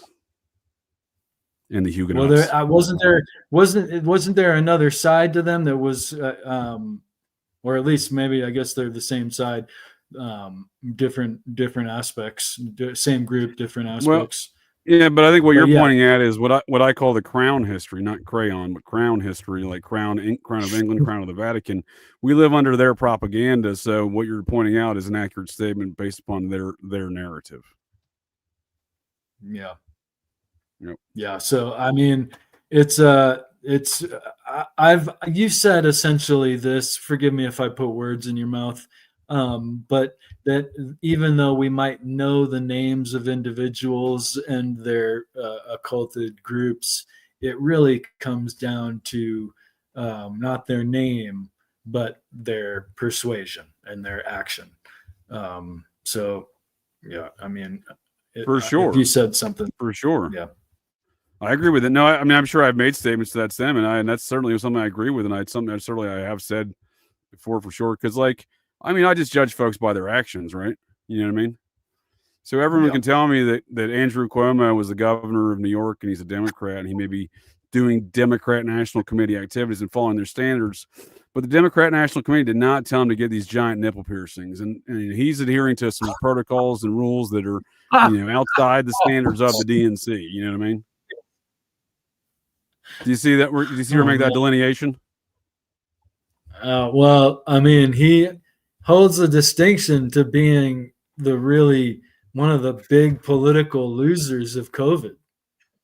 I mean, hardly anyone came out of COVID. We'd like to think that in a reasonable world, sir. We would like to think that this man's trying to put his name in the hat for a presidential run. I seen it, and with those nipple rings, you want me to vote for this guy for president? Get out of town. Nipple bars, dude, get out of town. So I'm not saying everyone with giant nipple piercings like this are in a sex cult, but I would say that it's very common for folks in a sex cult to have these giant nipple piercings. That's interesting. I did not think of that, but that is interesting. Look at these bastards. Look at that. Yeah, and he's showing them off. He's like, this is one of his first COVID press conferences. He's like, hey everyone, check out these nips. Wow, those are huge. Why would you go to a press conference like that, dude? What's going on in this man's life? So the way I look at it, the NXIVM cult took over the politics of the state of New York, both in Albany and on the federal level, a long time ago. And in doing so, they incorporated folks like this fella and his attorney general. So he was the attorney general. Do you think the same groups or different groups might have framed the current governor of New York, or was he just dumb? Yeah, now you're talking my language. So this has been going on in New York for a while because we've seen a couple governors go down like that, like Spitzer, right? I forget what happened with him. He was doing prostitute stuff, and they were just like, "Hey, man, you got busted doing prostitute stuff. You're out of here." So, but nonetheless, that madam that he was doing prostitute stuff with, her prostitute, she's connected to NXIVM. Go figure. So, the Eric Schneiderman. We'll just insert a name here. Eric Schneiderman. I'll look it up. He was Cuomo's attorney general, and Cuomo appointed him the attorney general when he became governor here, right? So he resigns under scandalous sexual circumstances of assault and sexual assaults and activities of women claiming some very bizarre things, that he would do some weird sexual stuff to them, but then make them go get his dry cleaning, right? What the media didn't report is the proper context of those complaints. The proper context of those complaints are they were part of, these women had achieved the DOS rank of the NXIVM sex cult, where they got branded and were personal sex slaves of higher ranking individuals within the cult. Wow. Does that sound familiar? I mean, I just can't believe that someone would be so pathetic as to join a group like that. But I understand, I guess, the high power players that they're going to format that, but like, wow. This is no small group, Ethan. This is no small group. So this is, I would allege this is the fame of people is alluring. I get it. I'm talking about power. No, power. I mean, I should have said power. Yeah. So I would assert, based upon their own admission statements and photographs, that NXIVM cult is the evolution of the Albany chapter of the Process Church of the Final Judgment. For example, their Harvard grad thought leader, William Sims Bainbridge, likely a member of the Society of Cincinnati, descended from William Bainbridge, the admiral, in the wars of 1776. Anyhow, old William Sims Bainbridge, damn, I forgot where I was going with that when I got on a Society of Cincinnati tangent, my brain hole there, and I lost where I was going with Bainbridge. Oh, he infiltrated he infiltrates the process in 1972 to write this book about this sex cult, in which he did write a book. But then he's photographed in 1978 on his own website. He posted this, and the photographs listed the Albany chapter of the Process, 1978. Well, how is that possible? According to Netflix documentaries, the process ended in 1974. So I would argue. I heard that. I was like, isn't that after they were supposedly even done? Exactly. So this is on the dude's own website, right? He runs a Process Facebook group. What a boomer. Anyway, that's where this photo comes from. Anyhow, so and he's in it, and they're all dressed in black. It's again years after they're supposed to exist. Anyhow, so if you have a Nexium, which is confirmed an offshoot of Scientology, and if you have the Process Albany chapter, a confirmed offshoot of Scientology, and they're both operating in Albany, and there's not a turf war for membership or activities, well, then I will tell you one thing that I've concluded is that 1978 group that existed well after the alleged disbandment of the Process Church, well, they evolved in what is known as the Nexium cult. Yeah, in my opinion. The names may change, but the games remain the same. Precisely, because they're still using that same e-meter, except for the Process calls it the P-scope. And Nexium was using that as well. So the Scientology e-meter. So Kirsten Gillibrand replaces Hillary Clinton when she becomes Secretary of State. Her father was not only a member of the cult, he was a paid executive. And her stepmother / first cousin is also a member of the cult. So this is the U.S. Senator from New York. And Chuck Schumer, he's got his own connections. So a paid executive. So they have a group and they have a collective running the group that's getting paid overtly. Yeah. They even hired Roger Stone to be a lobbyist at one point. Wow. Oh man. So they're like up and coming Heritage Foundation with some occult groupings. Some creepy ancient alien cargo cult Scientology Thelema belief systems. Yes, sir. Okay. So are you familiar with Bill Clinton? I mean, I'm at least somewhat depth on the breadth of all he's done. Yeah. So I appreciate it. I was just being a smart ass. I appreciate the entertaining it though. So his one of his close friends, his BFFs, a fellow by the name of something Mays. I'll get back to you on it. It's not Billy, but he was the first black man appointed to the Arkansas Supreme Court by Bill Clinton when he was the governor. He's a member of the cult, and he was their chief in-house counsel.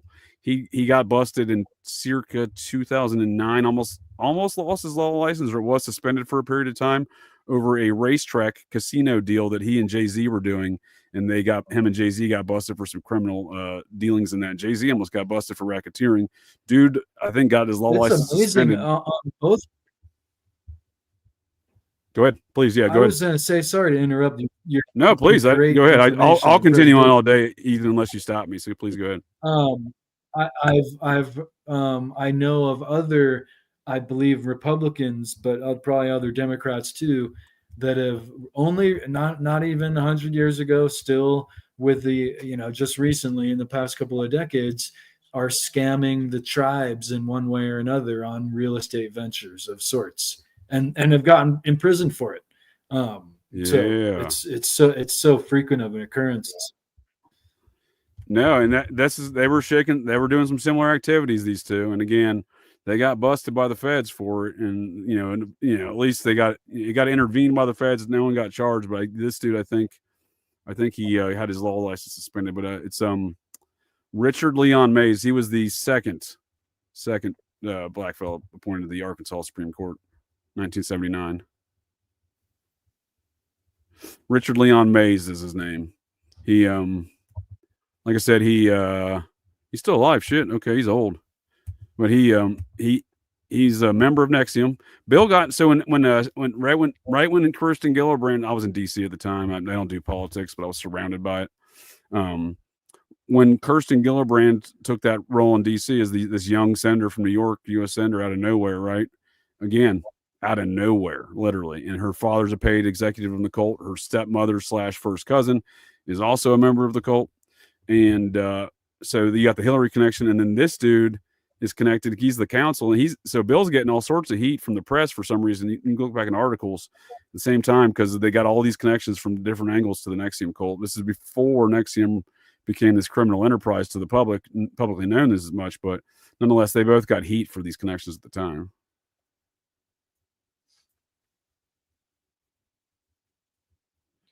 So what I'm saying is that den of iniquity, as I claim in Westchester County, really has its heart in Albany. Oh man, yeah. I've never really been to Albany, but it just has always spooked me out for some reason. It's go ahead, Nick. Go ahead. That's too much of a trip up there. Right. For a Long Islander, I don't even want to think about driving to Albany. I say, what is that, about 8 hours from Long Island or so? I think so, yeah. Yeah. So Mays worked full-time for Clinton's 92 presidential campaign and co-chaired the Clinton-Gore presidential inauguration committee. So, again, this dude, and again, he was a member of the cult when he's doing these things. He's their in-house counsel. It's insane. Yeah. So you want to look at a powerful organization that may have made, and it certainly appears to have infiltrated politics. Look no further. They also produced the film or the TV series Smallville. Yeah, and they're and if they get to be too big, they'll make themselves more obscure and turn into a new name. They're already doing that. Thank you for being so astute there, Ethan. They're already doing that. So once Raniere went to prison, once Allison Mack, the actress, turned state's evidence, her wife, another actress by the name of Nikki Klein from Babylon 5, all of these ancient alien cargo cult TV shows, go figure. So they basically just kind of just changed their operations. They're still continuing today. They were doing MK Ultra experiments in a hospital in Albany. The neurologist and cult member lost his medical license over this. That is documented. Wow. So we have MK Ultra experiments going on, very strikingly similar to Ewan Cameron's in the same town Ewan Cameron lived in, Albany. This same organization is transporting children across international lines, doing child sex trafficking, as per the initial charges. Now, what they got later, they threw out some charges from the initial indictment.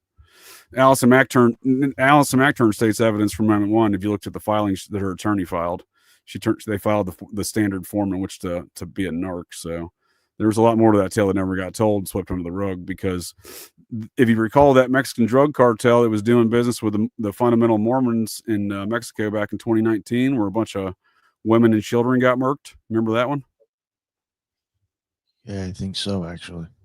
Those Mormon fundamentalists of the Romney LeBaron compounds down there, Mittens Romney, those women and children, those teenage women were nannies for the NXIVM cult, shipping women and children to and from Albany and Mexico. They had an outpost in Monterey where they were doing MK Ultra experiments there too. It's been my experience that the real criminals like to network like that, like have what these apparent different groups come together and they're both doing the same thing. In this case, it was Mormons and Mexican mafia, if you will. But broadly, they look very different, and you wouldn't think they would associate with each other. But when they're doing, hood ratchet, yeah. So yeah, it's straight hood. It's like gangster into bigger dimensions. Yep.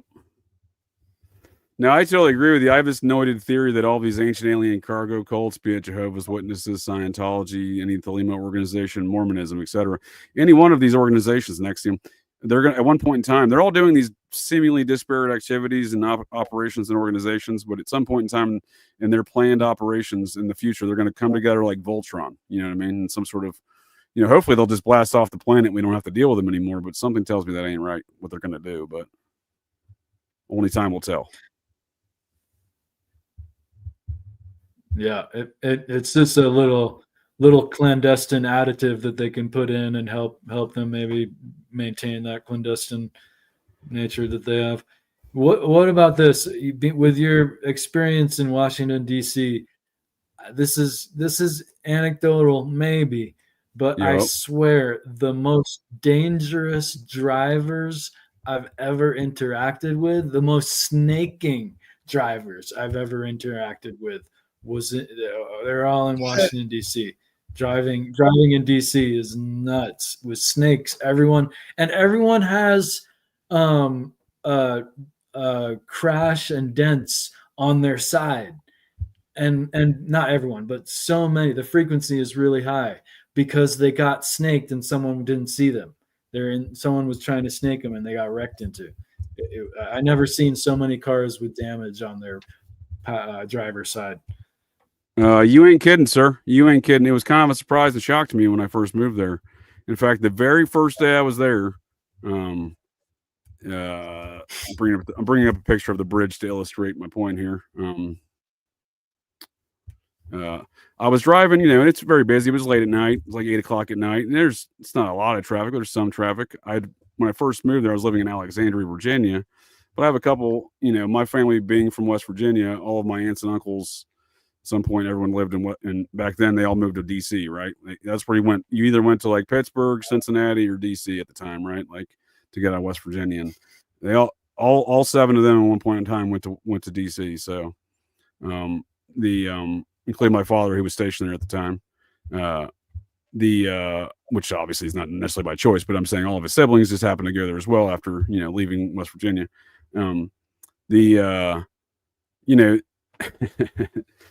So I'm driving. So I'm going to visit one of my aunts. I'm driving across the bridge, and I'm just picturing this in my head because this was how shocking this was to me when I first encountered this. But I'm going from Alexandria into Maryland on the bridge, and everyone's just slowing down. I'm like, what is going on? Someone's car had died literally in the middle of the 2 lanes on the bridge, like literally right in the middle of the 2 dotted lines right there, and they just left it. So people were having problems just even getting around it from either side because of the manner in which this person just left their fucking car in the middle of a bridge in the middle of a lane. But that's the attitude they have. They're like, shit, it died. I'm out of here. And they had no other thoughts otherwise.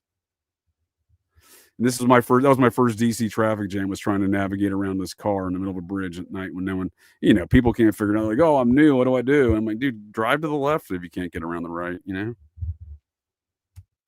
Nick sees that shit. I found wild. Compared to New York, I thought the driving out there was crazy. Yeah, you've seen a little bit of both, actually, New York City and the DC regions, huh? Yeah, DC is a weird fucking place to me. Yeah, and it's not like this is the bridge I'm talking about. It's not like you can just be like, oh, well, I'll just drive around. You're literally like, once you're on there, you're just stuck. You know what I mean? You can't like turn around. It ain't the Chesapeake Bay Bridge. Like, that's a real nightmare. I try not to ever go near that. But this is the Woodrow Wilson Bridge connecting the 495 Beltway from Maryland to Virginia.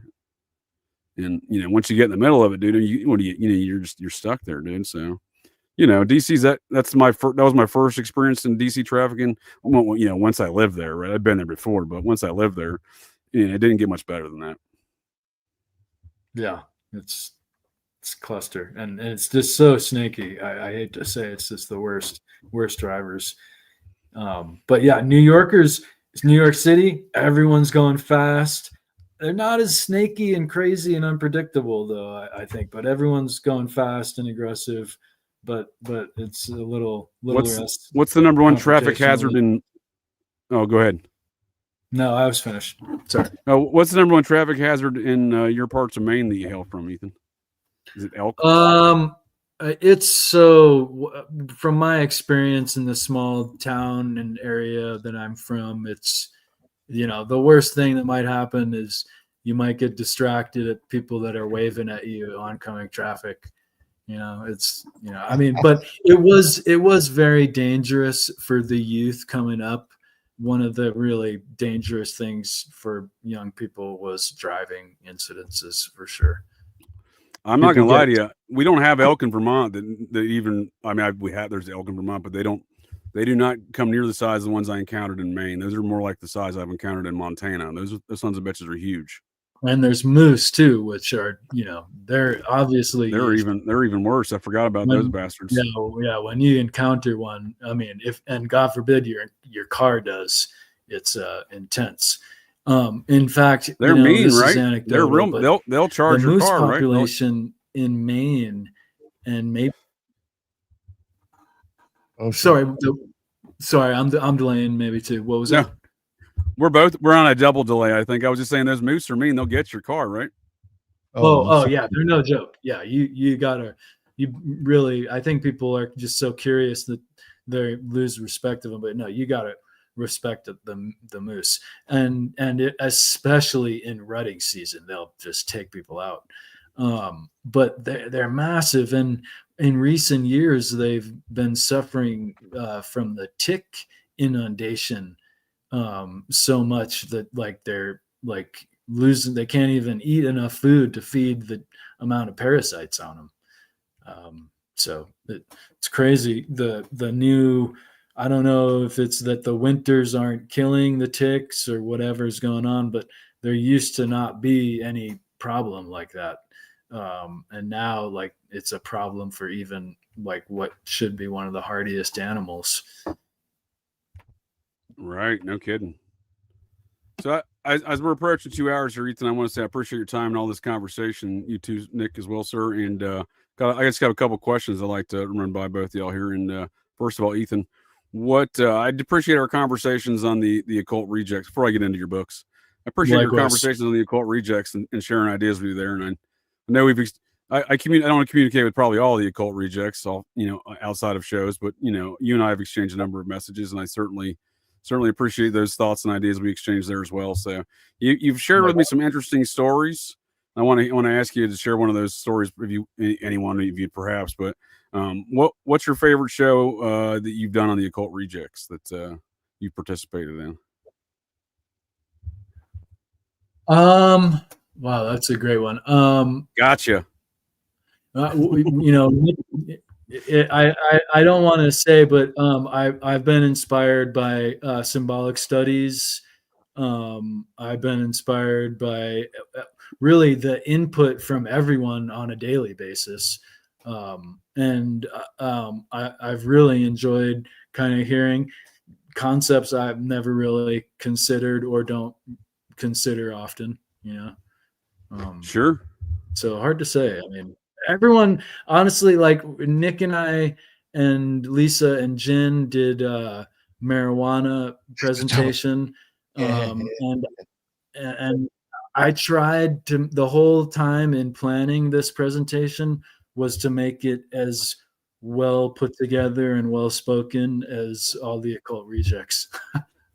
I watched that. I just tried. Well, thank you. I appreciate it. Nick told me about it last week, so I definitely enjoyed that one. I obviously enjoy marijuana, so thank you. Yeah, that one was amazing. You know which one I actually really like? The 4. When you did that, that's actually a topic I've thought about asking you to redo with the other people on the show, because I think that would be really great with everybody. I'm down to, and there's a bunch of other specific. There's a bunch of other specifics that I'm sure I didn't get into, and I can not necessarily repeat that by that way. So, you know what's actually interesting? It's a really foundational thought. Sorry. No, go ahead. Finish, Ethan. I was just saying it's a foundational thought pattern that really it's not entirely useful, but it's a fantastic base as for consideration of situations or phenomena or anything. It's a great base pattern. There's all kinds of other ways to conceptualize things beyond it, but it's a really fantastic way to have a concrete start. I like it. You got to have a good foundation. Right? I like that. What you've described to me of these principles of this philosophy, I do like it. I would like to participate in a future conversation on the topic. And I wasn't trying to put you on the spot, Ethan. I do apologize if no, please. No, I don't. No, not at all. I agree with Benjamin Salinas here that it was there's so many sub questions, so many great topics. So it's a fair assessment of the Occult Reject. I've definitely learned a lot of things that I wasn't expecting to learn, even different things and different facets of ways to look at things that I've conceptualized before. So I've been learning a lot and interacting with all the great people. No, I appreciate it. And to your note and to that note there on that Idaho Forethoughts, I appreciate that. Pardon me. I appreciate the time I do over there on the Kane Beats the Purge. Kane's a great host over there. Enjoy co-hosting with him on these topics. We were actually over on a different channel today doing a bit of a Abbott and Costello Idaho 4 routine on a True Crime with Dago channel, which I enjoyed that conversation. But to the point of where I'm crafting my thoughts and ideas, it's through sharing these ideas and having these discussions where I've been able to do that in the Idaho 4 case on Kane Beats the Purge. And I do the same thing over there in the Occult Rejects. I've really evolved a lot of my thoughts and a lot of the conversations, just not in discussing my own ideas, but hearing stuff from you, Ethan, and other folks that Nick has over there on there. So I definitely appreciate all those things. Cause again, it's, can rattle around these thoughts and ideas in my own brain hole, but it's getting these ideas out and hearing myself and sharing ideas and hearing what they say to, I do try to craft my thoughts and ideas in a sharper and more digestible format. Right. Yeah. That's what I was trying to be, as good as recent presentations. No, yeah, I think you did. You nailed it, man. I definitely enjoyed that. Nice. Yeah. And as insightful, the insight that the rejects are always providing vis-a-vis the different topics is so great too, right? The topics are a learning experience, and then the different input is fantastic. Yeah. You ain't kidding. And as far as, again, as I said, I like exchanging ideas with you, Ethan. It's helped me evolve some of my thoughts on the way I look at some things, just hearing the way you look at some things as well, and exchanging ideas. But I'll tell you another occult reject that I appreciate the exchange of ideas. It's really caused me to consider a few different things differently. And that's the mad scientist herself, Lisa, because she brought, the whole idea, the theory of why these German shepherds, Nick and I always talk about why are these German shepherds always the victims of these, these rituals. And she brought to our attention that there's an aspect within the, I'm not going to do it proper, but essentially whatever chemical they produce and the bonding elements they produce with their their owner or whatever, that's the highest amount of that chemical produced in any dog. Like oxytocin, but I don't think it's oxytocin. I think it's something else, but it's something like that, right? Yes, I know. Yeah. I'm not sure. I do know that the brain that goes along with the relationship with the dog. Yeah, and it had the highest volume in the blood for any dog, and that way that it's they're getting more out of the blood that way, right? That's amazing. Yeah, I mean, I know oxytocin, and it might be oxytocin. I feel like she had a different description of what it was, but maybe I'm just maybe it's a couple. Sometimes the chemicals that are really beneficial work in tandem, I've noticed. So it could be oxytocin and another. There you go. German shepherds are the most directly related to wolves. In fact, really the main difference is that they found the wolves are kind of inclined to be very independent and not listen, but they kept on finding the wolf that would listen. So they're super inclined to not only bond, but really serve and please and like befriend. So yeah, interesting for sure. And if I may share my favorite guests and show we've done, there is actually a recent. I mean, we've done a lot. I mean, there's a lot of shows I've enjoyed, and a lot of shows I've been able to craft my thoughts and theories on, from ancient alien cargo cults to ritual murders. Folks can probably see that my thoughts have evolved in a lot of these subjects over the last couple of years that I've been a collaborative over at the Occult Rejects, which again I always appreciate that, Nick. And, thank you. And I'd say, but out of all those shows, again, a lot of great shows, a lot of great guests. We had Greg Little on recently talking mounds, and I'm a mound dude, and I've been following that dude on Twixter since I joined Twixter, and that's like nine years ago. So, it was a pretty seminal event, and having a conversation with that dude on mounds, you know what I mean? That's great, man. Yeah, that's awesome. I'm glad that I recommend that show. That was one where Jen busted out his wizard skills. Yeah. No, that episode was really amazing. Like I really thoroughly loved that show. for sure. Yeah, a couple of times the really insightful nuances have really surprised me about subjects that I've read about, talked about, researched. Some of the really nuanced level of thinking on different things has been really interesting. Well, I mean, we all come from different places, have different experiences, and thus have different perspectives, even though they may be similar perspectives, or similar conclusions, but different perspectives in which to reach there even. Yes. Bingo. Yep. I mean, that's one thing I definitely appreciate about my military career, was having the ability to meet so many people from so many different places, not only around the world, but around the U.S., and having an understanding of just how different even folks around the U.S. and places can be, Yo, that's for real. Like I supervised a dude from big one time. Oh, go ahead. No, please. I was just well, I got a delay going. I just saw some dead air, so I was jumping.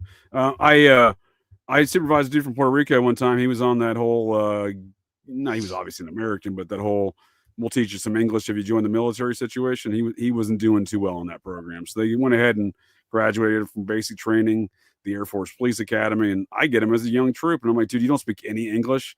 And he's just like shaking his head, no habla. And I'm like, this is going to be weird. So I was, we became friends. We used to go fishing. He used to laugh at me because I'm a mountain stream fisherman, not fly fisherman, but I grew up fishing for trout in the mountains. And he's I laugh at him because he's putting like marshmallow and corn on his for bait to go cast into the water. I'm like, dude, what are you catching with that? And it turns out he was catching a lot of big trout out of the Missouri River. So I was, he taught me a thing or two. That's funny. I just say it's interesting how diverse even America can be when you start learning all these different different areas of the country are culturally speaking. Not just Puerto Rico, but that's a weird place. Yeah, I feel like it used to be a more powerful thing, the coming together of people. It's kind of been disregarded. And I had a military buddy. He told me that if there was, a white guy that didn't like a black guy, they would put him in with, the brother of the group type of thing. And they would become best friends. And bond. I quite honestly, I didn't see a lot of racism, really, quite honestly, in my military career. Very few and far between. Right. I feel like it was really, really condoned from any side. Yeah. Sure. I mean, don't get me wrong. Used to be a big basketball player, so I got called Hitler's, youth by a number of times in a basketball court before, but you know what I mean? Like, and vice versa. I've seen it from every side, but I'm just saying, like, sure. Overwhelmingly, these are not the standard. These are, I never was ever in a situation in the military. I was like, you know what? Everyone around me seems racist, at least outwardly, being a military police officer, you run into a lot of guys that are pretty racist, but, it's not outwardly necessarily is what I'm saying. There's not a culture of it, but, there is obviously, influences of it. Sure.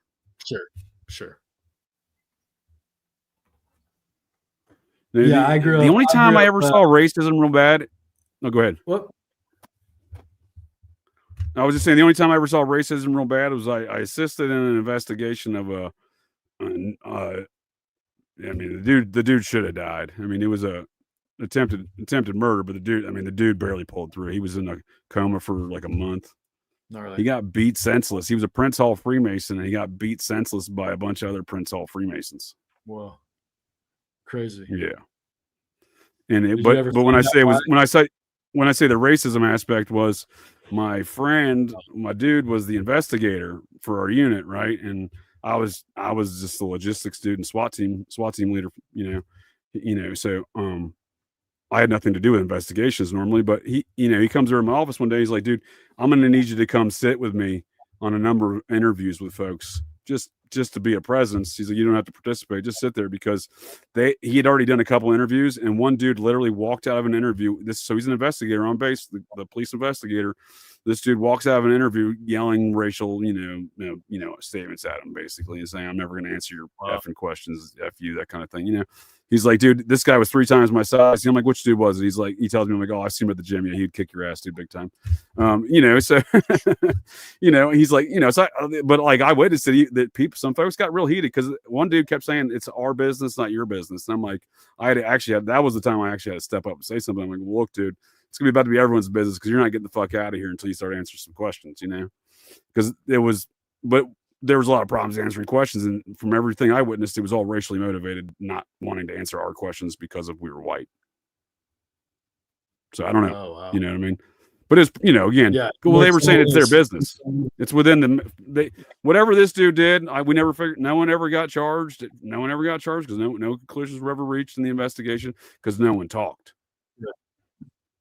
And no one talked. The only thing we could determine was he did something internally within their Freemasonry system or whatever, and they didn't want. And us asking questions was really offensive to them. And I'm like, you do realize this is a law enforcement investigation. You are in the Air Force. These aren't cops in the Air Force. These people like work on the flight line, they're mechanics and stuff like that. But like, you do realize that this dude was beat to near death on an Air Force base. You guys are in the military, right? Let's at least pretend like it, But that's really the only instance I can ever say. A whole different group level. Dude, they lived on a different set of circumstances, bro. Like they didn't, the things I was even saying to them, like it didn't really phase them. I didn't make any threats. I just said, you're not, things like you're not leaving this room to answer some questions. You're already been read your rights, buddy. Call your attorney if you need to call an attorney, but that's all that's going down here. I'm just explaining the reasonable circumstances that were taken. My friend had to get these interviews on record. My dude's like, I can't get these things done. These dudes are yelling at me. They're threatening to beat me up. I'm like, all right, well, I'll help you out. You know what I mean? But again, all of the vitriol I witnessed was racially motivated, in that circumstance. But again, they don't like, whatever Masonic decision was made there, that we weren't allowed to be asking questions. Right. That could go for white Freemasonry too, I'm sure, right? And they'd probably have a similar response. It just wouldn't be as racially motivated, I'm sure. That's my own experience there in the military like that. That's a trip. Yeah. Yeah, imagine beating the piss out of something, like literally almost killing a dude, and then no one's held accountable for it. And maybe they were up to something outside of the group, but via the group, and who knows what they were doing, but he crossed some line. Mind you, I was apprehended 2 months after this event, same assignment, for attempted murder of a white fella. He is a long story, but dude jumped out his own window of his dorms after he sliced his own wrist up with glass he broke from his mirror.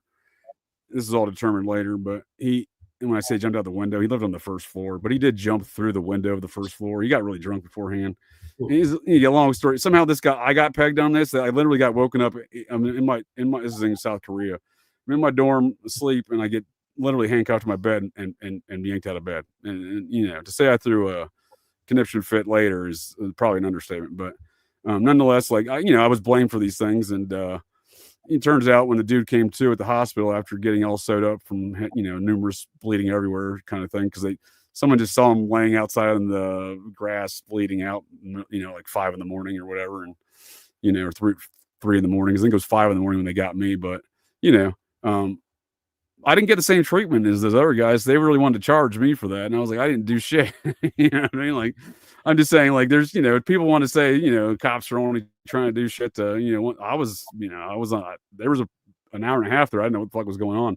They're like, do you want to make a statement? And me and my two dudes that they also pulled out of their beds and apprehended for our same unit. We're all military police officers there. They all know us. In fact, my two associates there, my dudes, they were on the SWAT team with me and stuff like that. We were all achievers in the unit as far as leaders, that is, and and they're like, do you want to make a statement? I'm like, yeah, go fuck yourself. That's why I wrote real big on the statement and turned it in. I obviously I got yelled at later from the commander about that, but that was my opinion on the matter, because again, no one was signing off on pulling anyone out of their beds. You know what I mean? There was all this hands-off stuff in this other investigation where dude was literally beat to piss with witnesses, right? We knew who did it from the witnesses, but all the people who did it, and they weren't talking. So, you know, again, it was all dropped. But meanwhile, here I am just 2 months later, and here I am getting pulled out of my bed, getting charged with attempted murder for no proof, no evidence. You see what I'm saying? It's, you know, so as far as these ideas of racism go, I'm just saying, like, I don't, you know, I got treated way worse in my opinion. Oh yeah, it works all different ways in different. Yeah, it's not a relevant story other than just saying, like, I don't know. I mean, sometimes I think people get lost in these concepts for saying everything's one way, right? Sure. I apologize if I apologize. It took us on a long tangent there. No, it's interesting. Yeah, it was a good story time. I figured you like the Prince Hall Freemasonry one. Yeah. I think it's interesting how nobody got in trouble. Obviously. No one. I'm unofficially the co-investigator in this as a result of being the guy in the room during the interviews. So I'm there when people are explaining like nothing's happening. The base commander's like, look, we're just gonna this is no one's getting charged, you know, going past, etc. You know, there's a bunch of decisions made at higher ranks than me, obviously. But I was in the room when I was, you know, the lead investigator was told nothing's going to come of this, and I was just like, oh shit, dude. I remember standing there like, how the fuck does no one? Like, I'd been in a lot of trouble already at this point in my career, you know. Thankfully, maintaining my rank, but mostly drinking-related incidents of tomfoolery. But you know, nonetheless, like, come on, like, how do you just like, oh, everyone on base knew it happened. There was like a dozen witnesses. Like, it was a thing, you know what I mean? Like, and you're just like, nope, no one's getting held accountable. Like, it left a weird environment and atmosphere for a while. Shortly there, you know, when that got out on a 4,000 person base. You know what I mean? Yeah. Where no one's got their families. It's a remote. No one's got their families with them, so it's a tight knit community. And everyone's kind of on their own, but together, together anew anyway. I've always wondered in that sense, like, that's such a gangster thing, like, to get beat up and not tell, right? Like, that's a really actually like enforced situation in prison often. Like, you if you know, it's to a certain point, if you get into a fight and you're okay, you don't tell, and that way it doesn't happen again, or it doesn't happen more severely. And so that these Masons have it built into them to do it too. It's so criminal. They had it on lockdown, dude. There was no inclination anyone was ever going to break. In fact, the mere suggestion of us even asking a question was met with outrage. Right. And that's why I had to explain to a dude. I'm like, you do realize, dude, and this dude's a master sergeant, and I'm a staff sergeant. And I'm like, you do realize, dude, that we're police officers. You've been read your rights. You need to answer questions and or call an attorney and say you're not going to answer questions. You know, contact the area defense counsel, you secure defense counsel, and officially write down you're not going to answer questions. At that point in time, it was simply a formality for me to help my dude get this stuff on paper. Because again, there was people freaking out about it. You know, people. You know, I just didn't want to see any more turmoil over it, and let alone I wanted to see the matter get resolved. Considering I'd read all the witness statements that later got deleted. You know what I mean? So I was aware, you know what I mean? So like most of the base didn't really know what went on there, right? Much like things. So when I see police cover-ups today, like the Idaho 4 case, I understand. I have an innate understanding of how these things operate because I've seen it. Maybe familiar with the case out of I won't say a lot. You may be familiar with the case out of Michigan a number of years back. It was an infamous kind of case that was blown up in the media. It was a Michigan Selfridge Air National Guard and Air Force Reserve base where a handicapped fella drove through the gate just because he got lost, and the military police officers at the gate immediately opened fire.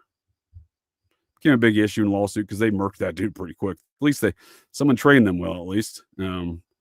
You know what I mean? So, you know, I saw how that whole thing went down. I'm just saying there's been a number of instances I personally witnessed from. It's like, all right, well, this is ridiculous. You know, I see how this thing's work. And, you know, these kind of, you know, when that incident with the Prince Hall Freemasons, well, I don't know who the top Prince Hall dude was on base. I had a couple friends from the basketball courts and whatnot, you know, and the gym that had explained to me that I just, you know, at a certain point, we were halfway through those investigations and I needed to just call it a day.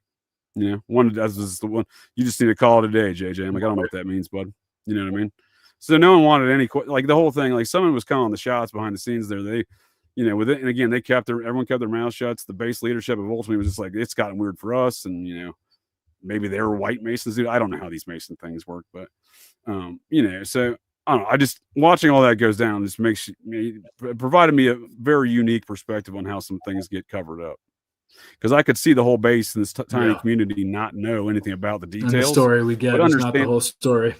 Exactly, and the story they got now is not the whole story, and how it affected them. Because again, it got weird around a 4,000 person remote base because everyone knew this dude almost fucking died. I mean, it was no secret.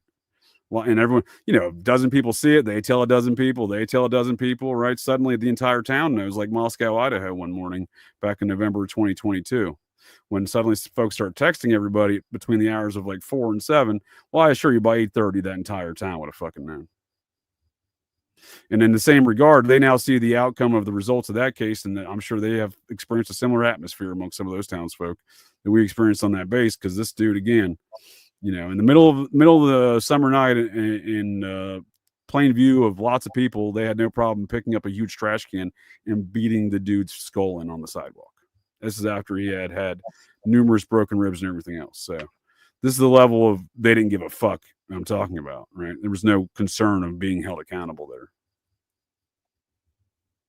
But it certainly, that air of lack of accountability, it hit home, I assure you, across the entire base.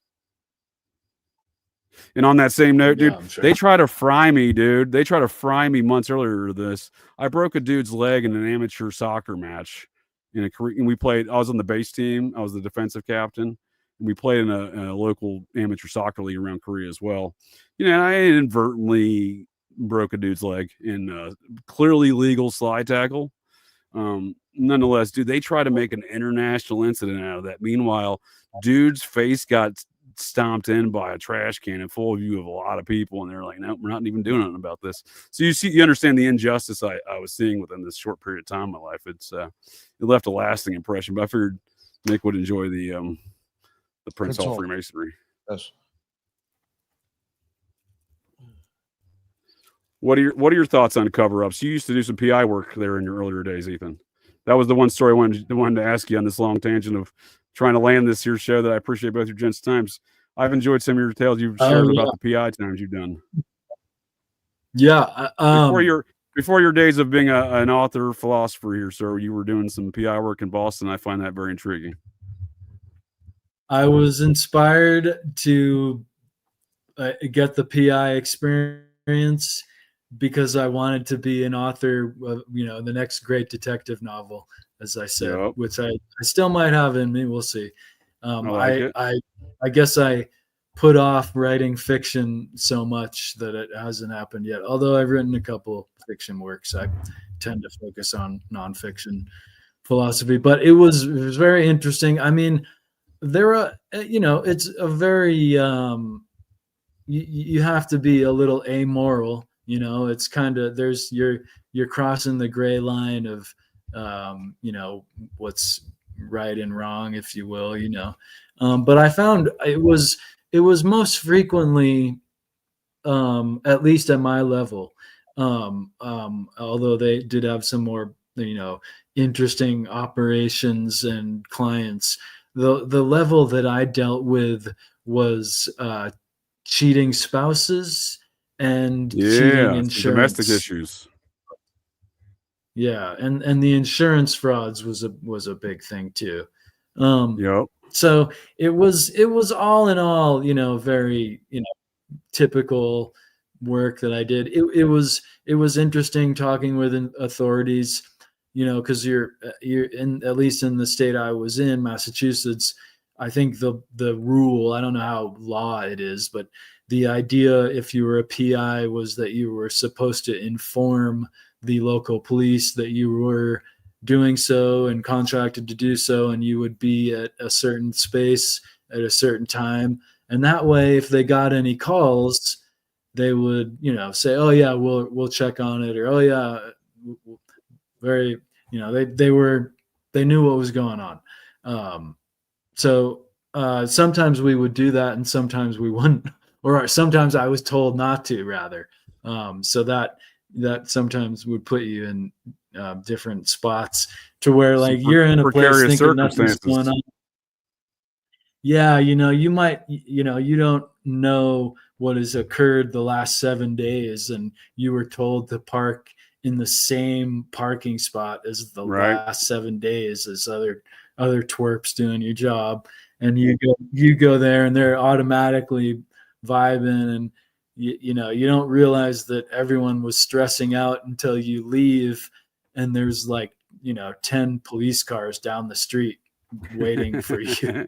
Right. Not to pull you over, but just waiting, more or less kind of waiting, you know, that when you leave and giving the appearance that they're about to do something maybe to people, knowing that you're just a PI, and show of force. In fact, kind of not backing you up, but just letting you do your thing because you told them that you were there, or explained to them that you were there. Right. Because you got to do that, right? That's like an obligation. You got to be like, hey, I'm going to be in your district. You're supposed to. And then realizing on your way out by seeing all them that every neighbor must have been talking about you, and everyone that walked by you was actually checking you out and not just walking by. And you know, a lot of Karens calling it in, right? It was interesting. Oh yeah, Karens galore, of course. You know, I have a kind of you know, a soft personality, unsuspecting appearance. You know, so it was. You know, people weren't necessarily, you know, confrontational with me automatically, but yeah, there was some precarious situations. You don't look like a Marine with a mohawk, right? And yeah, yeah, no, I think people were, you know, more. I didn't fit the bill. You know what I mean? They didn't think the last thing they thought was that I was a private detective. They more clever thought tactic, I was, sir, I'm on to you, dealing marijuana or something.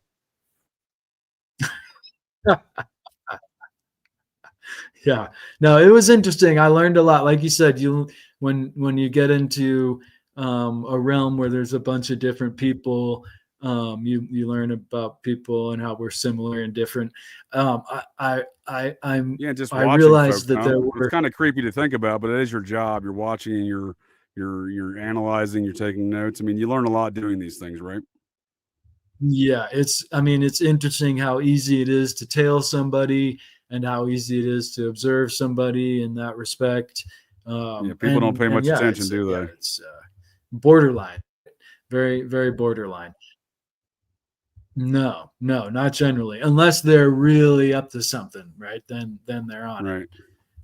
It was then that's interesting apparent to you because then they're hyper apparent, right? And then that's even easier to kind of track in some regards. Yeah. I found there was a few different types of fellow PIs.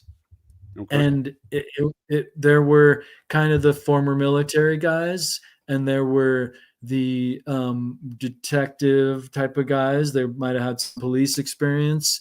And then there was like the wild card that was total conspiratorial minded. I found that there were quite a few of those type of guys that were really knowledgeable to some nuanced things in the world, and we're also doing this private detective work.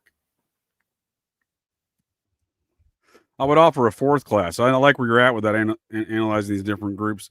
The fourth class I would call soldiers of fortune, not actual mercenaries. The folks that would subscribe to the magazine Soldiers of Fortune and then order all the gear and kit in the back of it.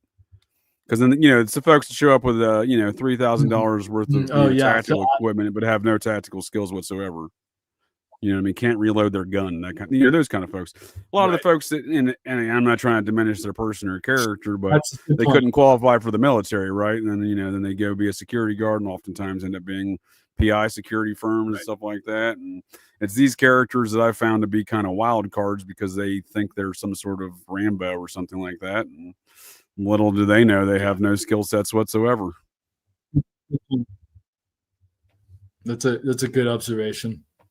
I've supervised a number of these characters as well in my Air Force career. Sadly, again, I'm not trying to diminish my folks I served with, which I certainly appreciate all the folks I served with. I'm just saying, when you have the lowest ASVAB score, the lowest qualifying score on the aptitude test in which to qualify for the Air Force, you qualify for security forces.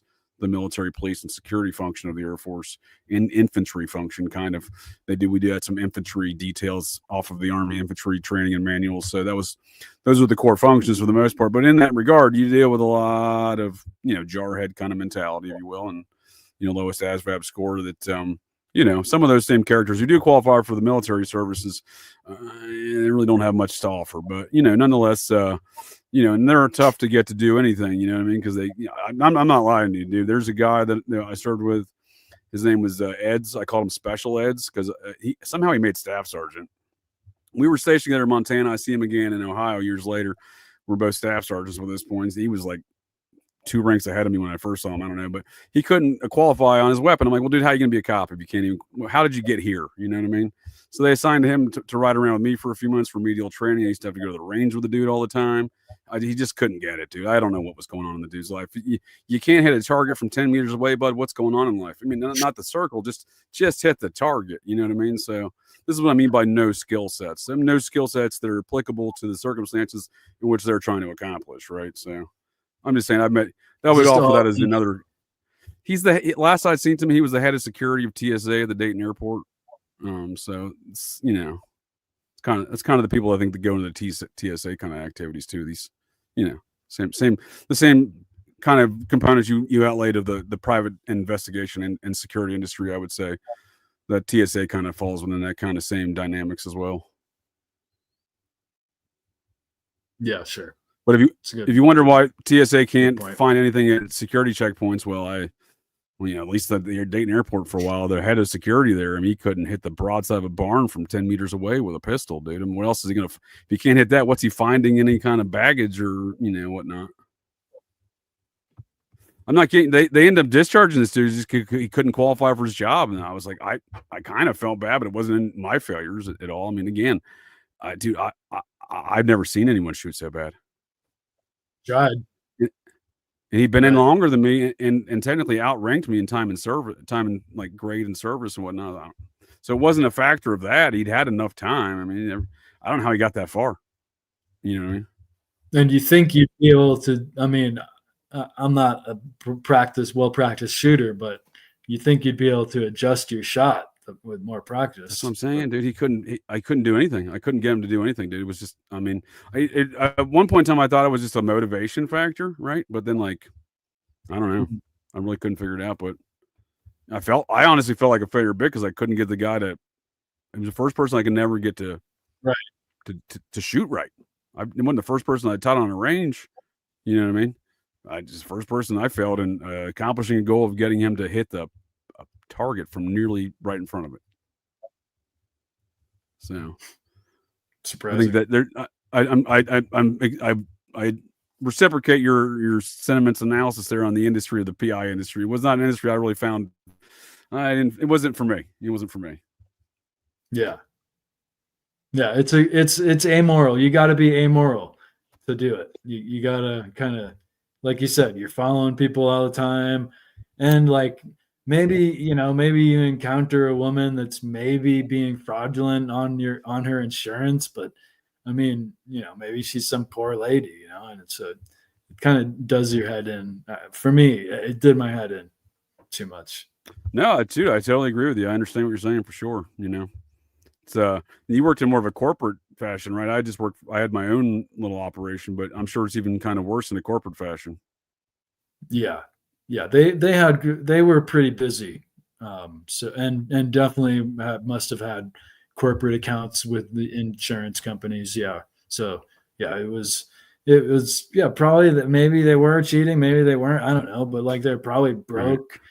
Right. Some of them were just outright cheats. Nice house, not being honest. Like that's not cool. But some of them are like, some poor lady in the ghetto. It's just like, oh God, like I don't want to do this. Right. No, I hear you, man. I hear you. Yeah. That was the last straw. That was the last straw. I was supposed to film some poor woman in this really ghetto part of Boston that was supposedly ripping off the insurance. And I was like, I can't. What? No. She maybe had been, but I don't know. It just seemed to me like I just can't go around working for insurance companies. I know they're awful, and maybe some of these people are too, but I know the insurance company is awful. Yeah, and that's largely what left law enforcement. Any future in law enforcement years back, I never really considered taking another job after the Air Force because I just didn't agree with a lot of the circumstances and environments. I was well aware of that by that point. A lot of my latter half of my career was all administrative stuff for the most part, managing things at headquarters and other nonsense. But yeah, I just knew that wasn't for me. Much like you're describing and how I kind of ended up through the PI world, it wasn't for me. But no, I appreciate those sales, Ethan. That's fantastic. I think your skill sets are better served as the master of Tai Chi, philosopher, and author there, sir. Appreciate that. Yeah. That's sure. It's been fun to share ideas as always. Well, before we bring this in for Landon here, fellas, and I'd like to pass it back over to Ethan for some any closing comments in our discussion. But Nick, I'd like to ask you first, sir. What's your favorite Occult Reject show that Ethan and I guess and myself has participated in? Because again, I definitely appreciate the team you've compiled over there. I think it's a very unique dynamic you've achieved. I am putting you on the spot, though. With Ethan's show, it's pretty much the same answer that he said and what I said. His last one I thought was the presentation was done really good, but his one on the 4, I got a lot out of that myself when he first approached me on. And well, actually, the first one he came on was the Patriot, and the other stuff in the 4. I think he might have came on like the second time. I got a lot out of that, and I had even said I would like to revisit that again with other Occult Rejects. So dope. Thanks, Nick. You did say that. Perhaps I can add one caveat. Has Ethan ever had a Jen the Wizard style moment there where he's, to like much where Greg Little was like, oh man, this is wild stuff. Do you recall an incident where Ethan's kind of left an impression like that? Anything in any of these shows? I'll let you go before I do, but that's what I'm asking you. Well, I was saying the one with the 4. I mean, that helped the 4. me. Yeah. Well, yeah, we're getting on like the whole 4 thing. Looking at it, did kind of help me like kind of bring other ideas that I had. And can you rehash this as the general philosophy of those 4 concepts of nature, right? Absolutely. Well, it can kind of be anything in a sense, and that's partly why at first it seems too simple to be useful, but in fact it's broadly useful. But one of the ways you can look at it is the Tai Chi symbol, or what we know as the yin yang. It is kind of a bad name for it because it has more than the overt 2 parts. It's got the 2 swirls and then the 2 dots within the dot within each swirl is also a considered part. So there are major and minor yin and yang. But it's interesting. All of mathematics is based on the 4 operations of arithmetic. Really, it's likely that all spheres in orbit of each other have 4 seasons because of this equinox and solstice naturally occurring orbit of the spheres. So 4, it really is a useful concept. Another mathematical but also philosophical way to begin to use it as a observational tool is called the tetralemma, and it is represented by A or B or AB or X. So this kind of is illustrated in the Hegelian dialectic of thesis, antithesis, and synthesis. Excuse my lisp. And the 4th aspect I call nullisis. But it's really an interesting formula to kind of observe many different situations, and leads to the 8 too, as Nick mentions here, in the sense that, or one sense that you have the yin yang symbol of those two main elements, but really the 4 parts in total, which is often depicted surrounded by the 8 elements of the Bagua. Just one of the many iterations of this 4 and 8, but the 4 is a really powerful tool. In fact, quite a bit of my book is readable online for free without having to buy it, and many of my articles. So it's Matrix of 4. You can find my Weebly website where I share a bunch of articles and so forth, and in the book the introduction is quite at least gives a good idea to how one can assimilate it and integrate it and use it. Nice. And I have your links but for both you gents in the show notes. There's been questions about some Occult Reject shows, and then your links, Ethan, in the show notes as well there. Appreciate everything.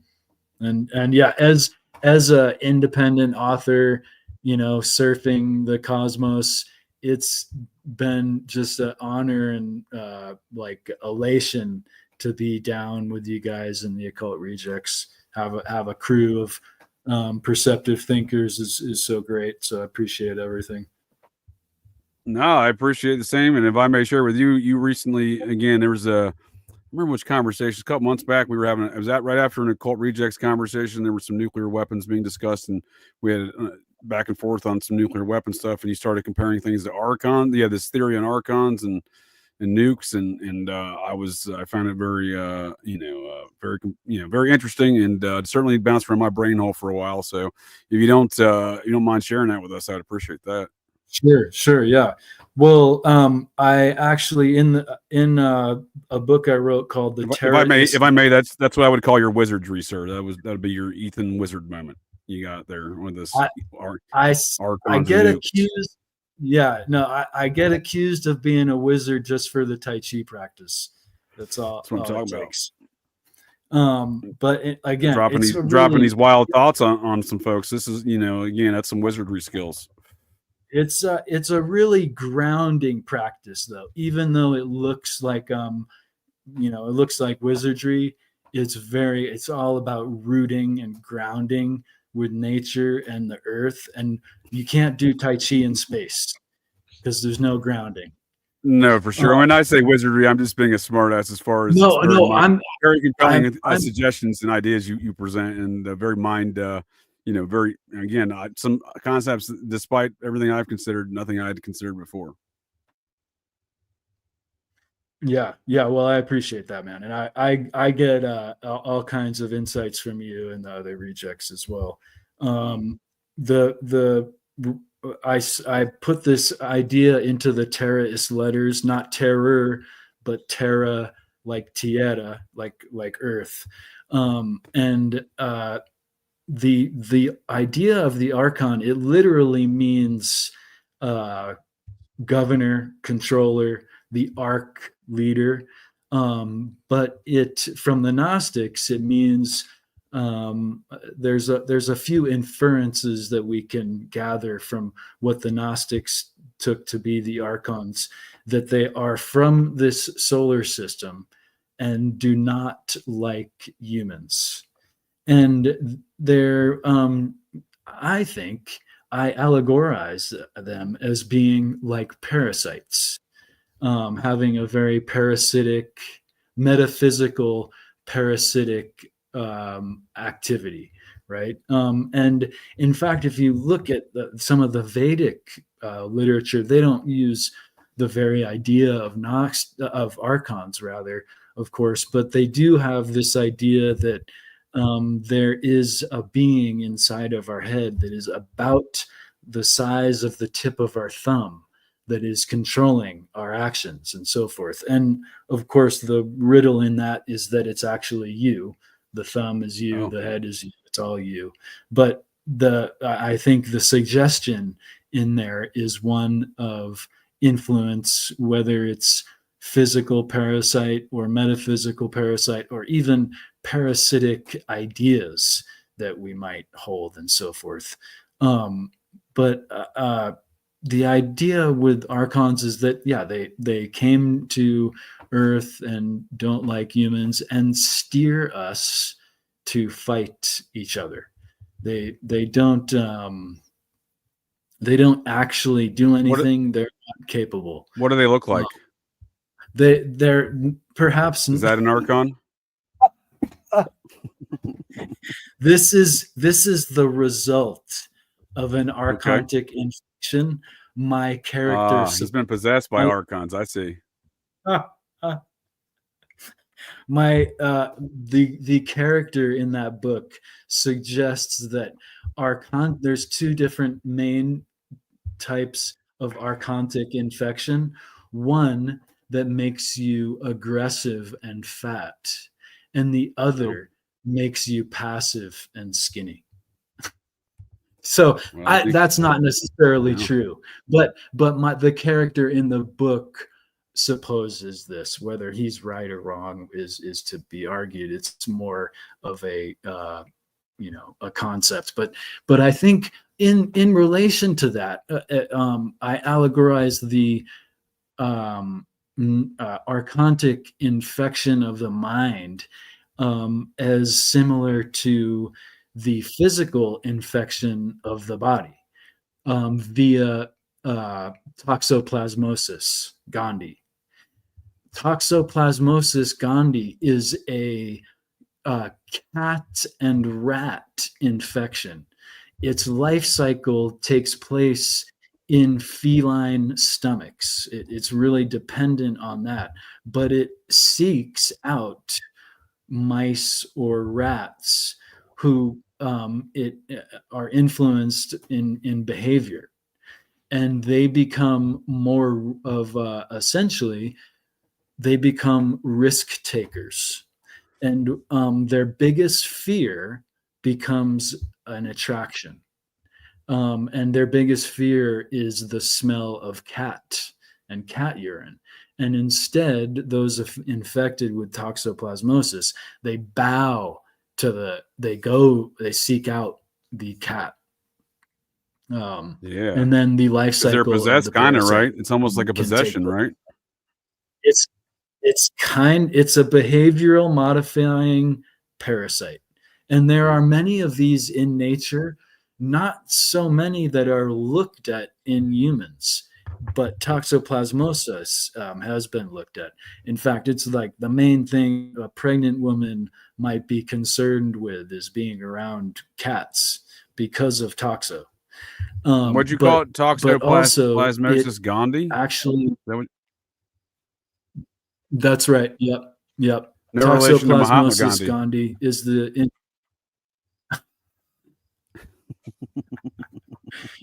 Gandhi. That's a great one. Different spelling. This Gandhi. This Gandhi is Gondii. I believe. Two I's. There we go. But that is funny. I appreciate you enjoying my awful joke there, Ethan.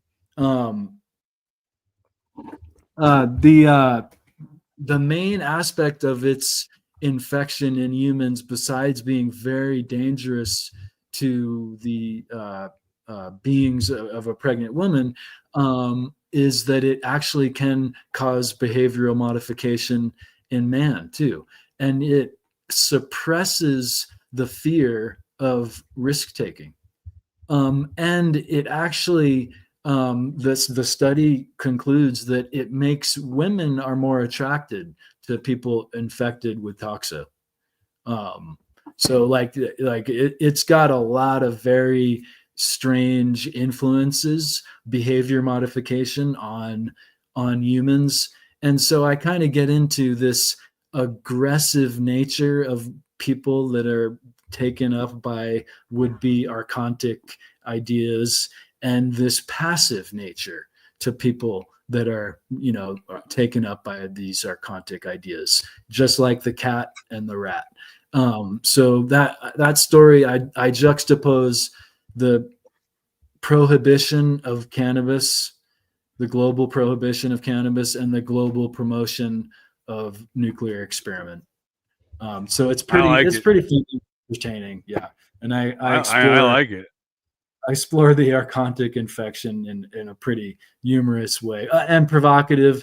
And people are, the various reactions I get might go from "How dare you make fiction of this? This is all true," to "Wait, true." So it's. Well, you froze for a second. Did I come through there, or did I lose you?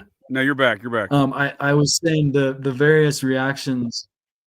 The various reactions I might get vary from "How dare you make this into fiction?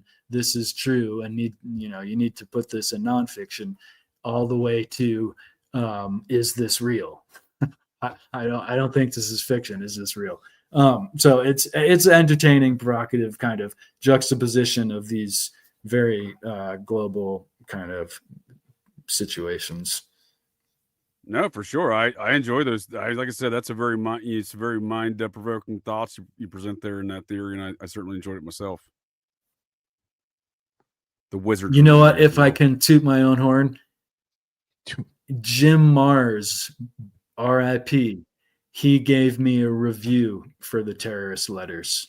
There you go. And he communicated with me essentially the same thing. He said, "Ethan, you may not be too far off. This may be more true than fiction, essentially." And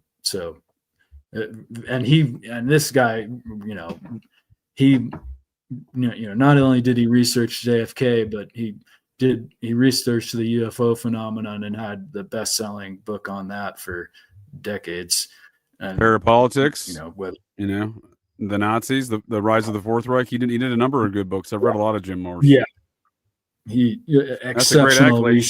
You should mention that. That's a great accolade, Ethan. Yeah, exceptional researcher and a veteran. He was a veteran. Yes, sir. Which in the end severely impacted him, I believe. Yep. As it does many. And I do salute all those folks' service, even the ones I was saying earlier may not have the mental capacity to accomplish a lot of things. Like my cohort special eds, they're stopped by the local Dayton TSA to say hello. I appreciate both your gents' times. Any last statements there, Nick, before we call her a night here on Fridays?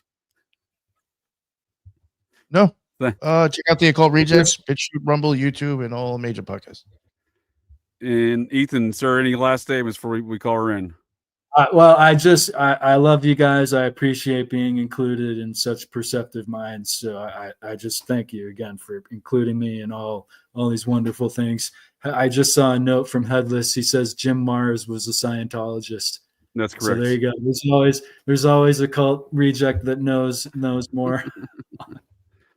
All right. Well, I appreciate both your gents' times and the folks of the interwebs as well. Hope you enjoyed the Fridays. And Ethan, will certainly have you back in the future. And I look forward to future Occult Reject shows. And if folks of the interwebs want to check out tales of my old stalker turned multi-state homicidal maniac, serial killer, hypnotist controlled maniac, perhaps mind controlled assassin, Buffalo Jared, please tune in to Operation GCD Sundays at 8 p.m. Eastern Time. And on that note, thank you all, and thanks, folks, to the interwebs. Well, that's it.